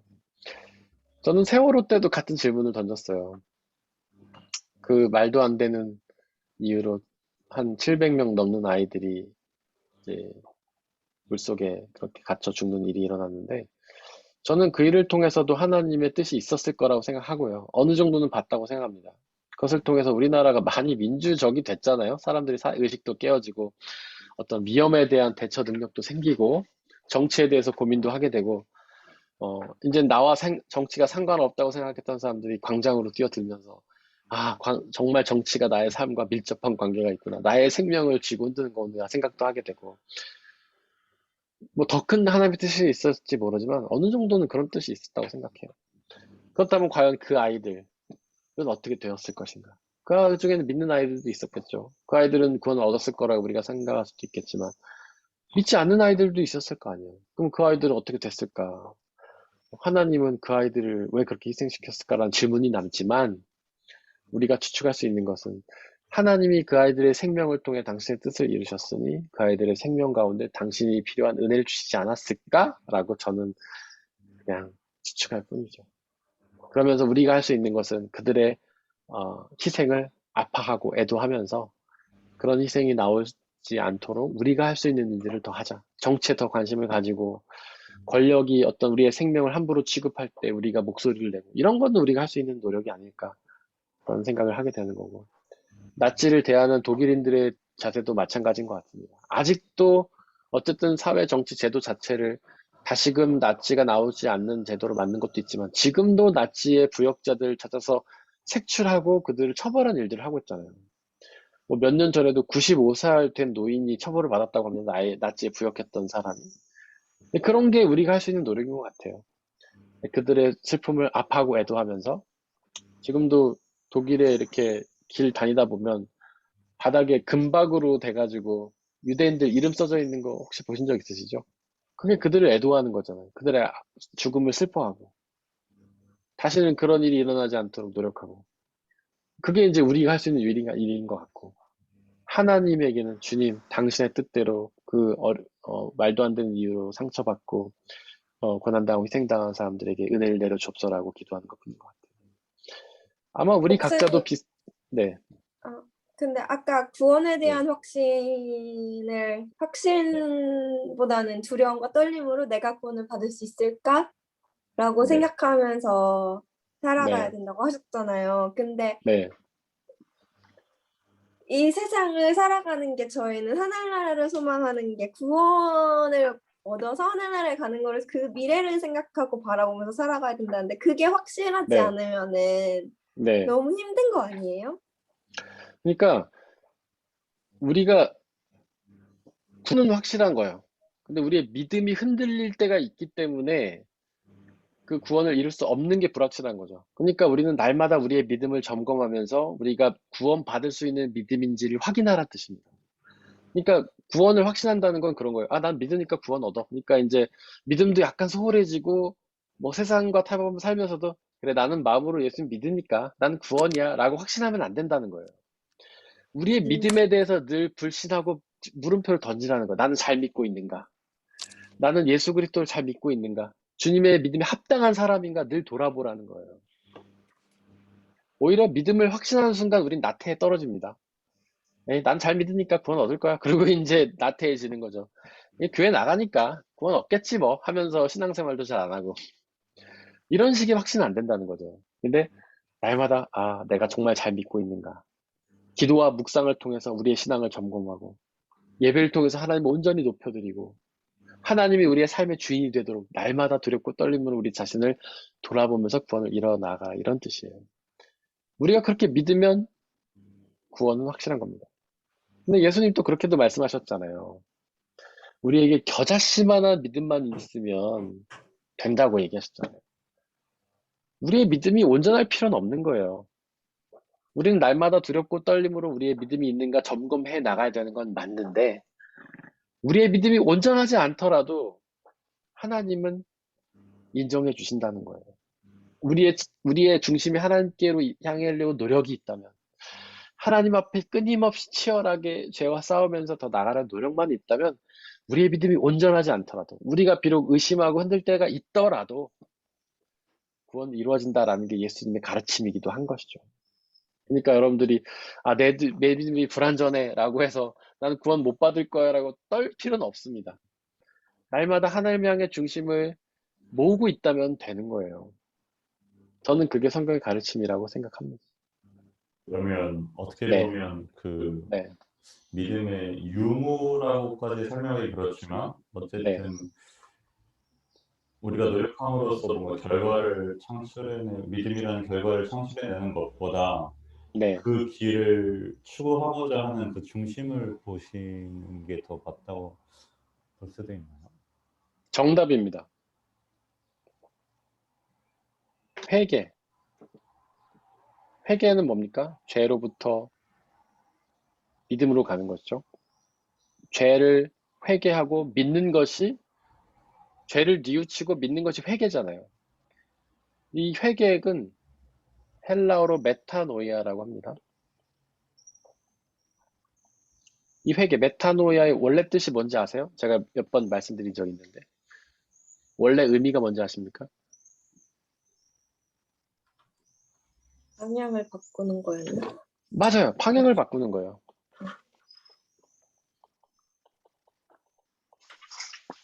방향을 바꾸는 게 회개예요. 죄는 아까 하나님을 믿지 않는 것에서 나아가서 교만이라고 했죠. 죄는 나를 향해 가는 삶, 나 중심적인 삶, 나만 바라보고 나만 생각하고 나를 위해서만 사는 삶에서 방향을 돌이켜서 하나님을 향하는 삶이 회개예요. 하나님의 뜻을 고민하고 하나님의 나라를 위해 일하고 나의 쾌락이 아니라 하나님의 기쁨을 위해서 살아가고, 이 방향만 바꾸고 있다면 그게 믿음인 거죠. 이것을 통해서 우리는 구원을 얻는 겁니다. 삶의 운전대가 나에게 있는 게, 이게 교만이에요. 내 맘대로 가는 거죠. 이번에 나는 하이델을 가볼까? 그럼 하이델로 가고. 나 이번에 담슈로 가볼까? 그럼 담슈로 가고. 이번에 내 기쁨을 위해 살아볼까? 욕망을 채우러 살아볼까? 내 맘대로 살아볼까? 이게 이제 내 운전대가 나에게 있는 거예요. 근데 회개는요, 그 운전대를 예수님께 드리는 거예요. 예수님이 운전하시게 하는 거예요. 우리는 그저 옆에 동승하는 거예요. 그게 메타노이아, 회개예요. 또 다른 비유를 들자면, 우리가 베를린행 기차를 타고 가다가 하이델 기차로 바꿔 타는 게 회개예요. 방향을 바꾸는 것. 시선을 돌리는 것. 어디를 바라보는가. 나만 바라보는 게 아니라 하나님을 바라보는 것. 네. 그리고 그렇습니다. 그래서 내가 곧 길이요. 좀 이따 얘기할 거지만, 길이라는 것, 어느 길로 가는가, 이게 회개인 거예요. 나를 위한 길을 가는 것은 죄고, 하나님을 향해서 예수님이라는 길로 가는 게 회개인 거죠. 믿음, 시선. 근데 이렇게 가다가 보면, 그 길로 가다 보면 우리는 샛길로 빠질 때도 있어요. 우리가 고속도로를 달리는데 여기서 스위스를 간다고 생각해 보세요. 근데 중간에 샛길 안 빠집니까? 화장실이 급하면 휴게실도 가야 되고, 배가 고플 때는 휴게실도 가야 되고, 샛길도 빠지잖아요. 의도하지 않게 샛길도 빠질 때가 있습니다. 저는 내비가 켜져 있어도 엄한 길로 가서 길을 헤맬 때가 굉장히 많습니다. 좀만 딴 생각하면 바로 지나가요. 정말 황당한 건 제가 가끔 교회를 지나쳐서 프랑크푸르트를 갈 때도 있다는 사실입니다, 여러분들. 잠깐만 딴 생각하면 출구를 지나서 가버리는 거예요. 제가 굉장히 똑똑해 보이지만 아니라고요? 안 똑똑해 보이죠? 엄청 허술합니다, 제가. 아내랑 잠깐 대화하다가 길 지나칠 때 진짜 많아요. 옛날에 그 권사님 기억하실 텐데, 에스더 자매 아시죠? 에스더 자매. 제가 그 중간에 헤페나임에서 그 자매를 태우고 우리 교회를 왔거든요. 근데 그 자매랑 막 얘기하다가 담슈 지나다 진짜 많아요. 그러면 자매가 목사님 또 지나셨는데요? 그러면 이제 푸푸 막 가다가 중간에 돌아서 오고 그런 적 진짜 많습니다. 그럴 수 있다는 거예요. 우리는 예수님이라는 길을 통해서 하늘 나라로 가지만 새길에 빠질 수가 있어요. 잠깐 우리의 뜻, 뜻, 뜻 때문에 너무 가다가 힘드니까 중간에 약간 쉬었다 가고 화장실도 가고 배가 고프니까 밥도 먹고 커피 한잔 하고 이럴 수도 있다. 그러나 의도하지도 않게 지나갈 수도 있다는 거예요. 잘못 된 길로 빠질 수도 있다는 거예요. 중요한 거는 샛길로 빠지냐 안 빠지냐가 중요한 게 아니라 다시 돌아오는 게 중요합니다. 다시 돌아오면 되는 거예요. 휴게소 갔다가 다시 나와서 목적지 향하면 도착합니다. 근데 휴게소에 영원히 머물러 있으면 절대 못 가죠. 근데 제가 길 지나쳤다가도 유턴해갖고 돌아오면 다시 갈 수 있어요. 근데 유턴 안 하고 계속 가면 못 오는 겁니다. 그러니까 여러분들의 삶이 믿음이란 게 그런 거예요. 우리가 시선을 예수님께 놓고 가지만 중간중간 방황할 수도 있어요. 죄를 다시 지을 수도 있어요. 하지만 다시 돌아오면 되는 거예요. 여러분들 그것에 대해서는 신경 쓰지 마시기 바라고요. 두렵고 떨림으로 구원을 이루라는 게 바로 그런 거예요. 아, 내가 잘 가고 있나? 내가 하나님의 길로 예수라는 길 통해 가고 있나? 아니면 샛길로 빠졌나? 아니면 지나갔나? 이거를 점검하라는 게 두렵고 떨림으로 믿음을 확신하지 말고 구원을 향해 나가라는 거예요. 근데 그 길을 잘 가고 있다면 더 고민할 필요가 없죠. 내가 잘 가고 있나? 확신하지 못하고 이럴 필요는 없다는 거예요. 잘 가고 있으면 확신해도 된다. 믿음을 확신해도 된다. 하지만 잘 가고 있는지를 점검해야 된다. 이런 뜻입니다. 혹시 또 관련해서 질문이나 나누고 싶은 게 있으실까요?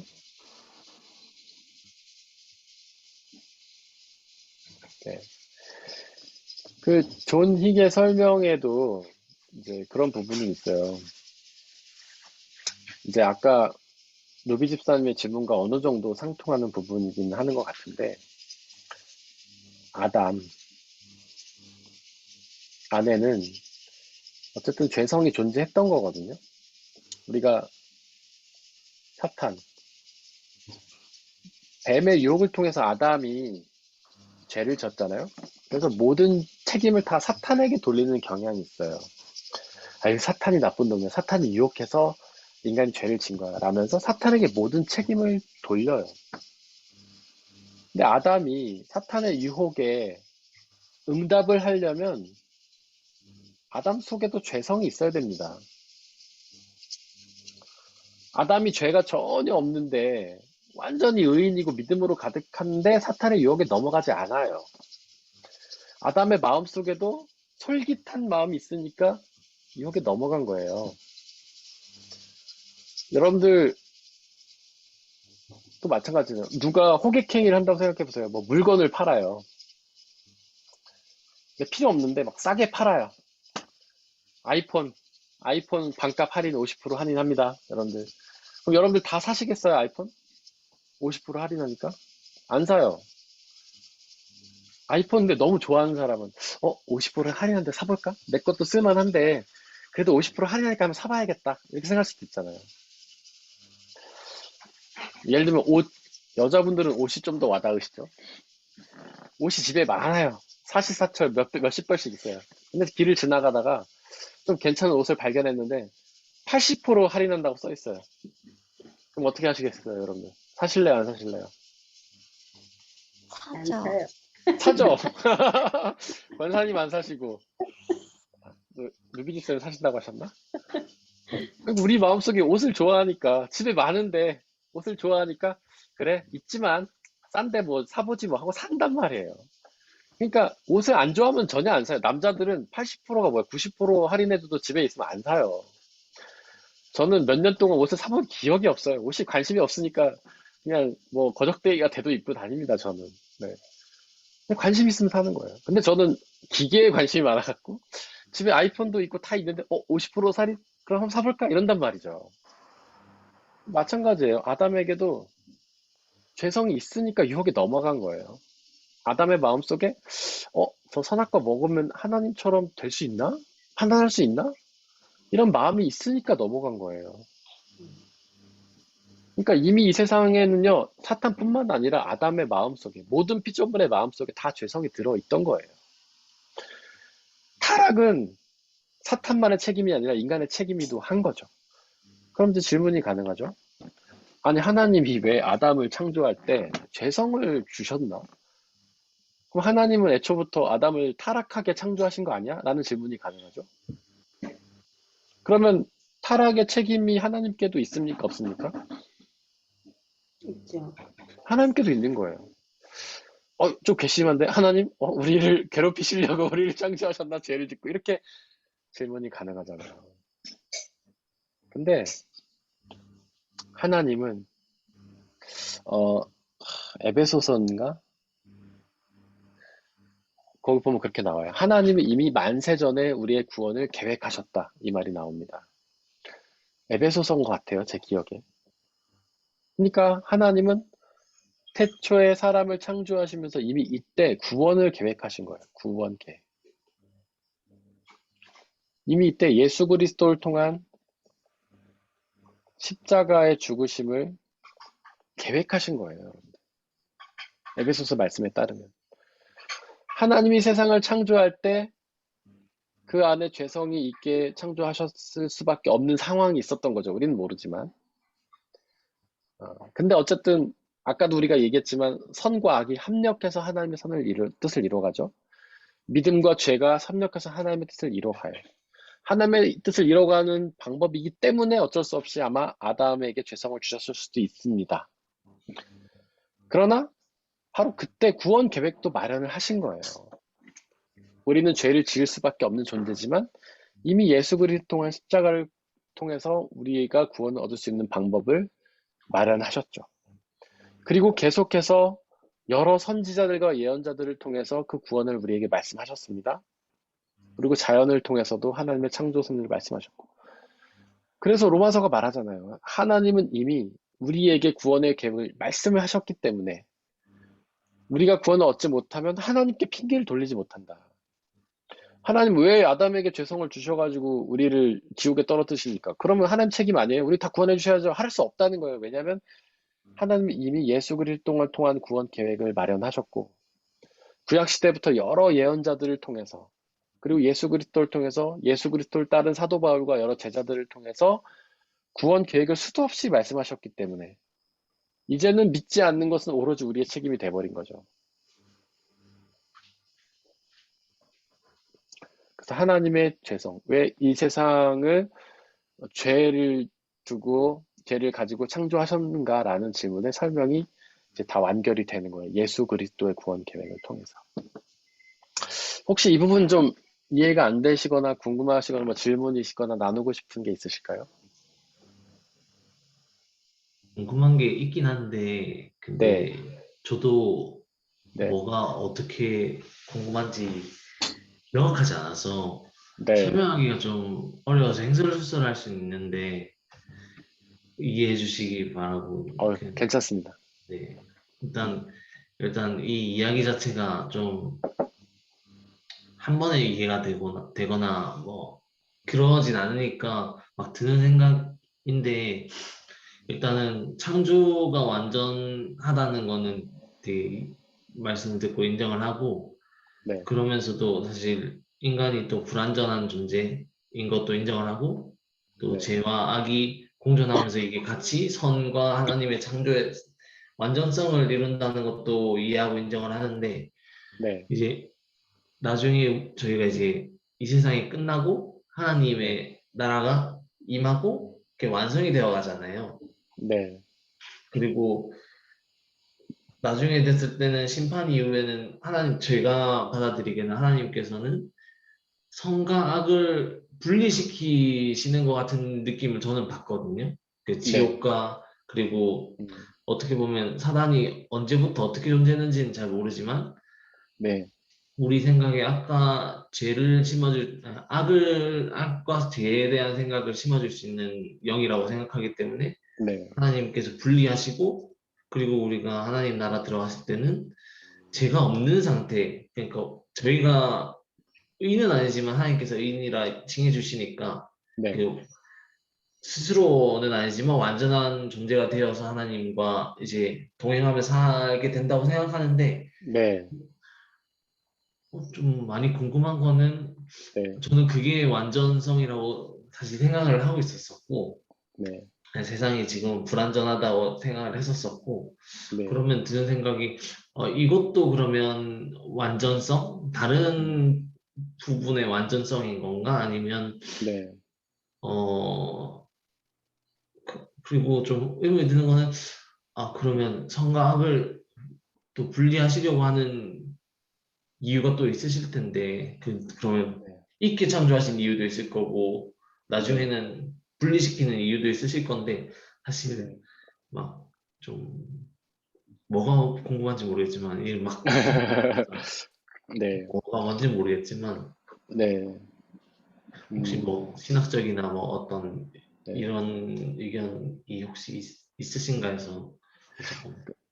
제가 형제님의 질문을 이해하자면 이런 거예요. 그러니까 기존의 하늘과 땅에서는 하나님이 선과 악을 협력해서 당신의 뜻을 이루는 게 하나님의 완전성이었는데 왜 새로운 하나님 나라에서 그것을 굳이 구분하시는가? 그게 완전하다면 왜 굳이 그것을 구분하시는가라는 질문이라고 저는 이해를 했어요. 혹시 맞을까요? 맞아요. 어느 예, 정도, 네, 한 네, 90%, 네.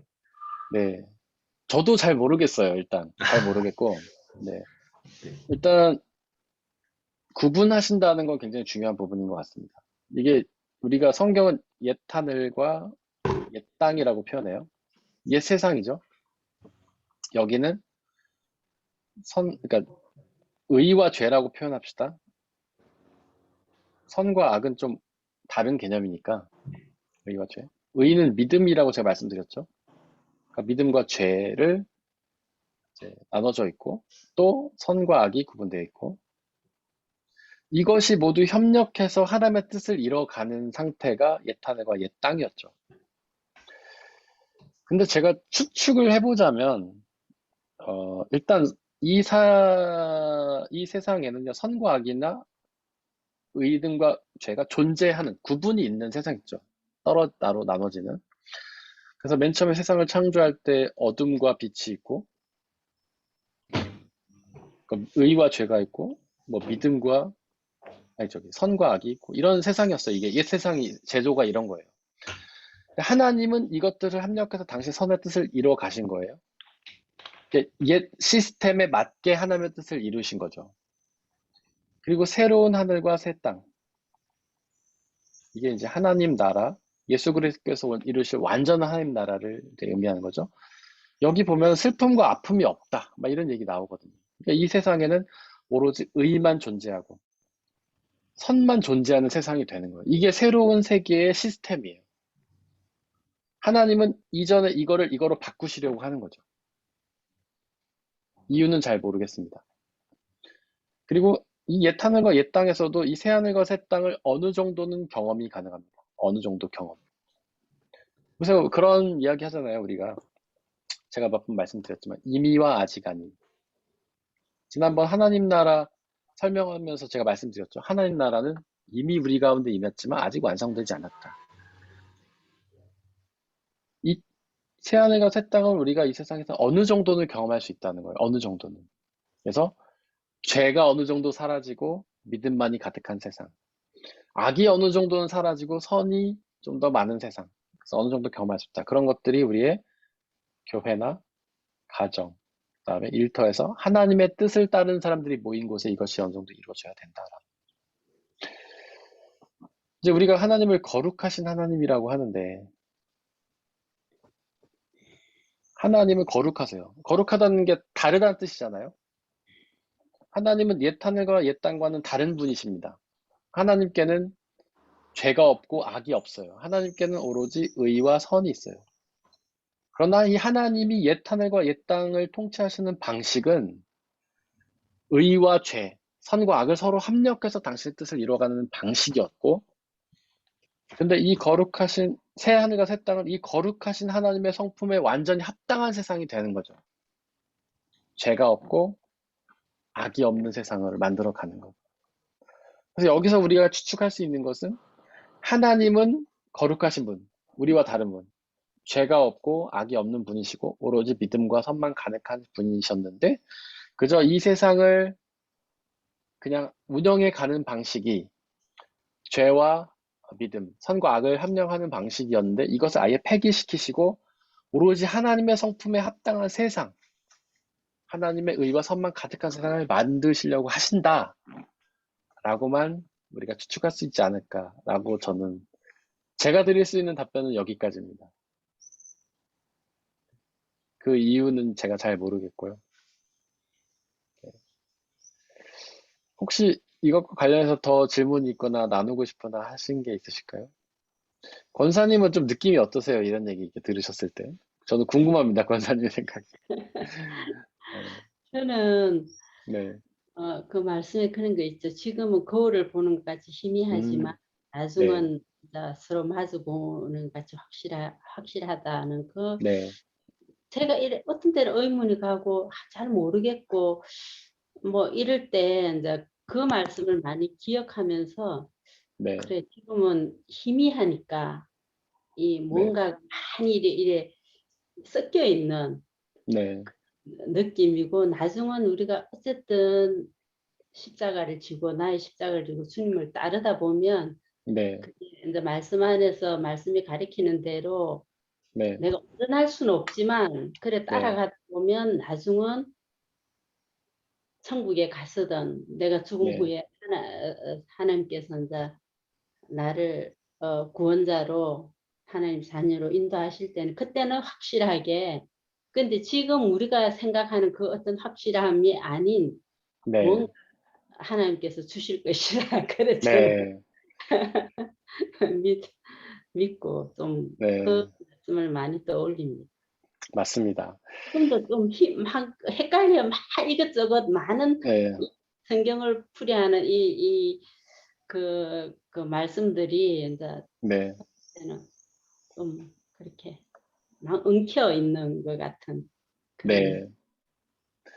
맞아요. 좋은 이야기를 해주셨는데, 이제 바울이 거울을 보는 것처럼 희미하다 이런 얘기를 했는데, 사실 우리는 거울이 되게 또렷한 편이죠. 우리는 얼굴 거의 다 보이는데, 옛날 시대의 거울은 그렇지 않았다고 합니다. 거의 형태만 보였다고 해요. 그냥 어떻게 머리카락 있고, 뭐 얼굴, 눈, 코, 입, 이 정도만 보였다고 해요. 옛날 영화나 드라마 혹시 보시면 거울 보는 장면 보셨는지 모르겠는데, 어, 이렇게 로마 시대 거울, 저는 뭐 그런 거 좋아해서 이렇게 자주 보는 역사물 같은 거. 로마 시대 황제나 뭐 그 황제 부인 뭐라고 하죠? 갑자기 말이 황후라고 하나요? 황후가 거울 보는 거 보면 거의 얼굴에 형태만 보이는 거울 막 보더라고요. 근데 그런 거울이었던 거예요. 하나님을 보는 게 그런 것처럼 희미하다라는 거죠. 근데 성경에 보면 하나님에 대해서 희미하게 말하는 것이 있고 뚜렷하게 말하는 부분이 있습니다. 뚜렷하게 말하는 부분은 우리의 알의 영역이죠. 알아야 되는 거예요. 이런 부분을 알면 우리가 하나님을 더 잘 믿는 데 도움을 줄 뿐만 아니라 우리가 이 세상에서 그 하나님 나라를 경험하는 데 도움을 줍니다. 하나님 나라의 기쁨과 자유와 평안을 주는 데 도움이 돼요. 그래서 알아야 되는 거예요. 진리가 너희를 자유케 하리라. 요한복음 3장 20, 갑자기 생각이 안 나네요. 8장 32절. 알아야 돼요. 알아야 자유케 돼요. 어느 정도는. 그래서 저는 이 말씀을 통해서 여러분들이 아는 게 굉장히 중요하대요. 오늘 배운 거, 예를 들면, 이 세상에 선과 악이 있고 합력해서 뜻을 이룬다. 이게 하나님의 완전이다. 이런 걸 아는 건 우리에게 굉장히 중요해요. 우리의 인생에 도움이 돼요. 여러분들의 인생에서 선도 경험하고 악도 경험하잖아요. 좋은 일도 경험하고 슬픈 일도 경험하잖아요.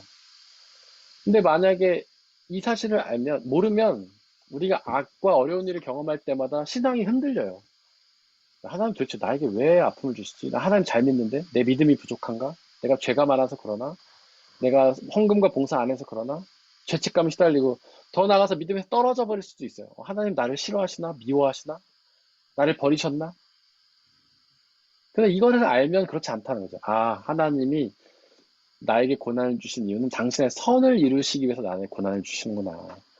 나에게 악과 어려움을 경험하게 하신 이유는 당신의 뜻을 이루기 위해서 이렇게 경험하게 하시는구나. 그리고 예수님이 고난을 당하셨던 것처럼 나도 고난 당하면 영원한 생명을 얻는구나. 이렇게 우리가 믿을 수 있잖아요. 기쁨과 자유를 얻을 수 있기 때문에 뚜렷한 부분을 알아야 됩니다. 하지만 희미한 부분은 우리가 신비라고 하죠. 신비로운 비밀이에요. 이거는 그냥 믿는 거, 믿음의 영역이죠. 정리가 안 되는 부분. 하나님이 왜 이 세상은 완전과 불완전을 하나님의 완전이라고 하시고 그렇게 창조하셔놓고 왜 나중에는 그 악과 죄를 없애려고 하시는 거지? 이런 거는 신비죠. 비밀이에요. 하나님이 말씀하시지 않잖아요. 성경에 그 이유가 안 나와요. 그냥 하나님은 야, 내가 새 하늘과 새 땅을 이룰게. 거기에는 아픔도 없고 슬픔도 없고 죄도 없고 악도 없어. 그냥 라고만 얘기하시잖아요. 왜 그런지 이유가 없어요. 그런 건 우리는 그냥 믿음의 영역인 거죠. 하지만 추측을 통해서 뭐 어느 정도는 할 수 있지만 그거는 그냥 우리가 해보는 노력일 뿐이지 그것은 믿음의 영역이다 라는 겁니다. 네, 맞습니다. 그리고 질문이 하나 있는데. 네, 질문해 주십시오. 네.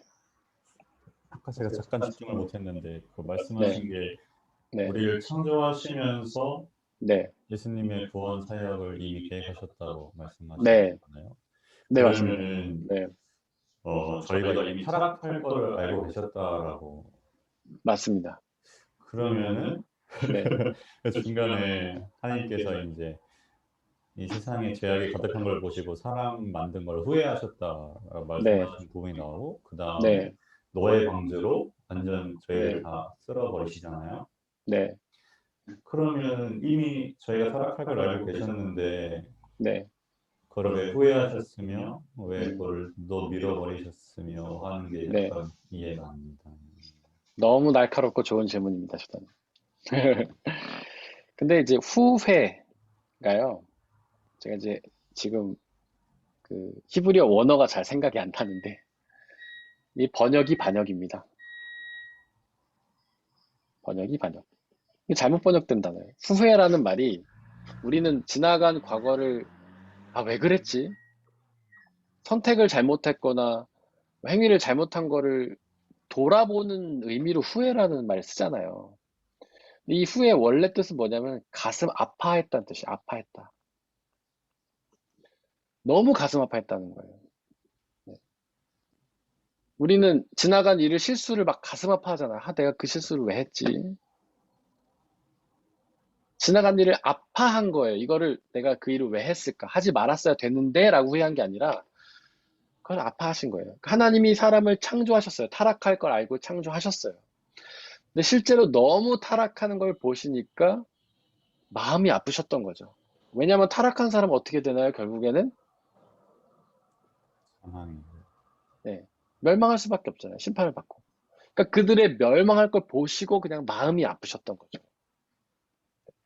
그들을 쓸어버리신 이유는 뭐냐면요. 어차피 놔둬도 계속 죄짓다 멸망할 거니까 미리 쓸어버리셨다라고 우리는 추측할 수밖에는 없고요. 네.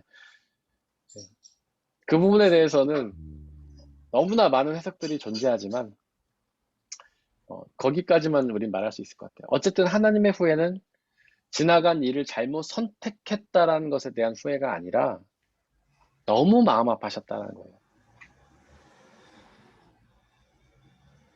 우리가 자녀를 낳을 때 자녀가 태어나면 고생할 걸 알잖아요. 우리가 인생 다 살아봤으니까 우리의 인생이 행복하고 좋은 일만 있는 건 아니고 여러 가지 힘들고 슬픈 일이 있지 않습니까? 하지만 자녀를 낳죠. 자녀가 커가면서 아픔을 겪으면 너무 마음 아파하잖아요. 그거를. 권사님 맞죠? 네. 그런 거예요.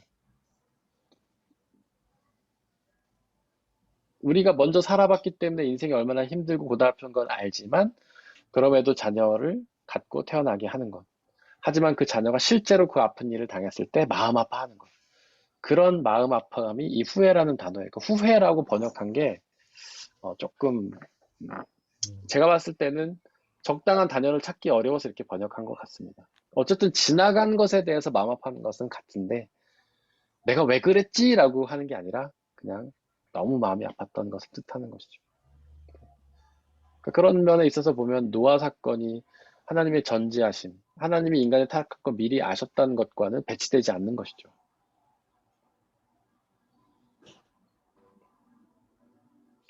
노아뿐만 아니라 하나님은 아담의 타락도 이미 아셨을 거예요. 그렇게 창조하자마자 타락할 것도 아셨을 것이고 그래서 구약 시대에는 제사라는 제도를 주셨고 노아 시대 타락한 사람들에게도 분명히 제사라는 제도를 주셨고 그들에게도 예언자가 있었잖아요. 노아를 통해서 회개를 가르치셨잖아요. 그런데 그들이 끝까지 회개하지 않으니까 하나님은 너무 마음 아파하셨던 거죠. 결국 저희들이 아셨지만 아파하셨다는 거죠. 그런 일들은 오늘날에도 번번이 있습니다. 뭐 요즘에도 세상 모든 사람들이 하나님이 창조하신 생명인데 그들이 하나님을 알지 못하고 그렇게 죄 가운데 머물러 있을 때 하나님 여전히 마음 아파하시고. 네, 혹시 또 다른 질문이나 나누고 싶은 게 있으실까요?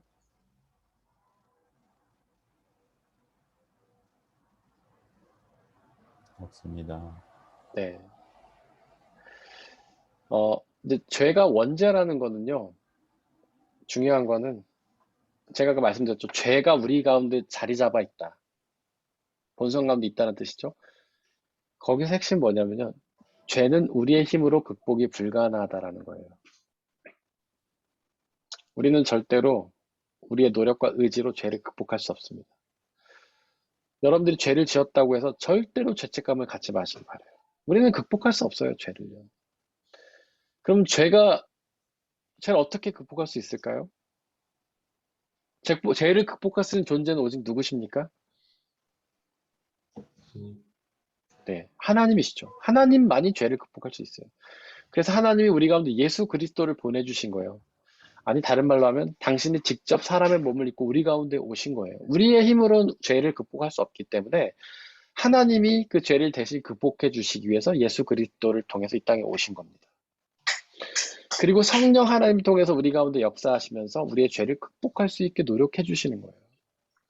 제가 아까 회개 말씀드렸는데 회개는 우리의 힘으로 되는 게 아니에요. 우리의 힘으로 시선을 나에게서 하나님께 돌릴 수 없습니다. 그게 원죄가 말하는 핵심이에요. 그럼 어떻게 되냐? 우리가 성령의 도우심을 구해야 되는 거예요. 성령 하나님 간절히 기도하니까 제발 저에게서 운전대를 좀 뺏어갖고 하나님이 운전 좀 해주세요.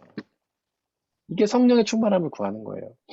하나님 제 힘으로는 절대로 제가 쾌락에서 벗어날 수가 없어요. 저는 휴게소에서 쇼핑센터에서 계속 시간을 보내고 가고 싶지 않아요. 하나님 제발 제 운전대를 뺏어주세요. 키 내놔. 너 옆에 앉아.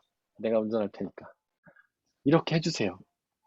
그것이 원죄가 말하는 우리 모든 사람이 죄인이라는 말의 핵심이고 믿음은 선물이다. 주어지는 것이다.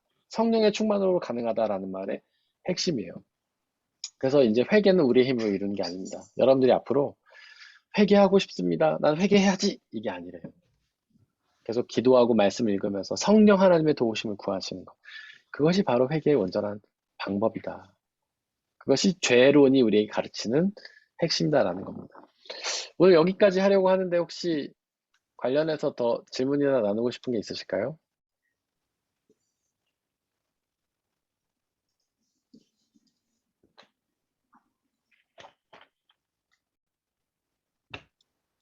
없으시면 네, 없는 것 같다 말씀하신 거죠, 문 집사님? 네. 그럼 제가 기도하고 마치도록 하겠습니다.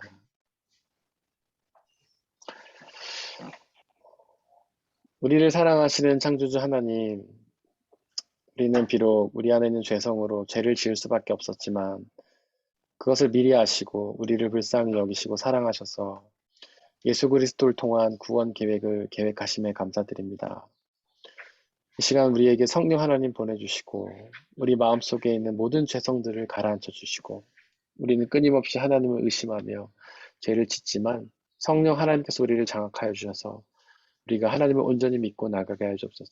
날마다 기도와 말씀으로 하나님을 더욱 알아가게 하시고 성령의 충만함을 누리게 하시고 그로 인해 성령 하나님께서 주시는 구원의 은혜와 참된 기쁨과 자유를 누리게 하여 주옵소서. 오늘도 함께 해주신 하나님 감사합니다. 오늘 우리에게 깨달음을 주신 하나님 감사합니다. 우리에게 그것을 영원히 기억하게 하시고 그것에 순종하며 따라감으로 말씀해 주시는 구원과 자유와 기쁨 누리게 하여 주옵소서. 우리 주 예수 그리스도의 이름으로 기도드렸습니다. 아멘. 감사합니다. 수고하셨습니다. 감사합니다. 감사합니다. 좀 이따 뵙겠습니다.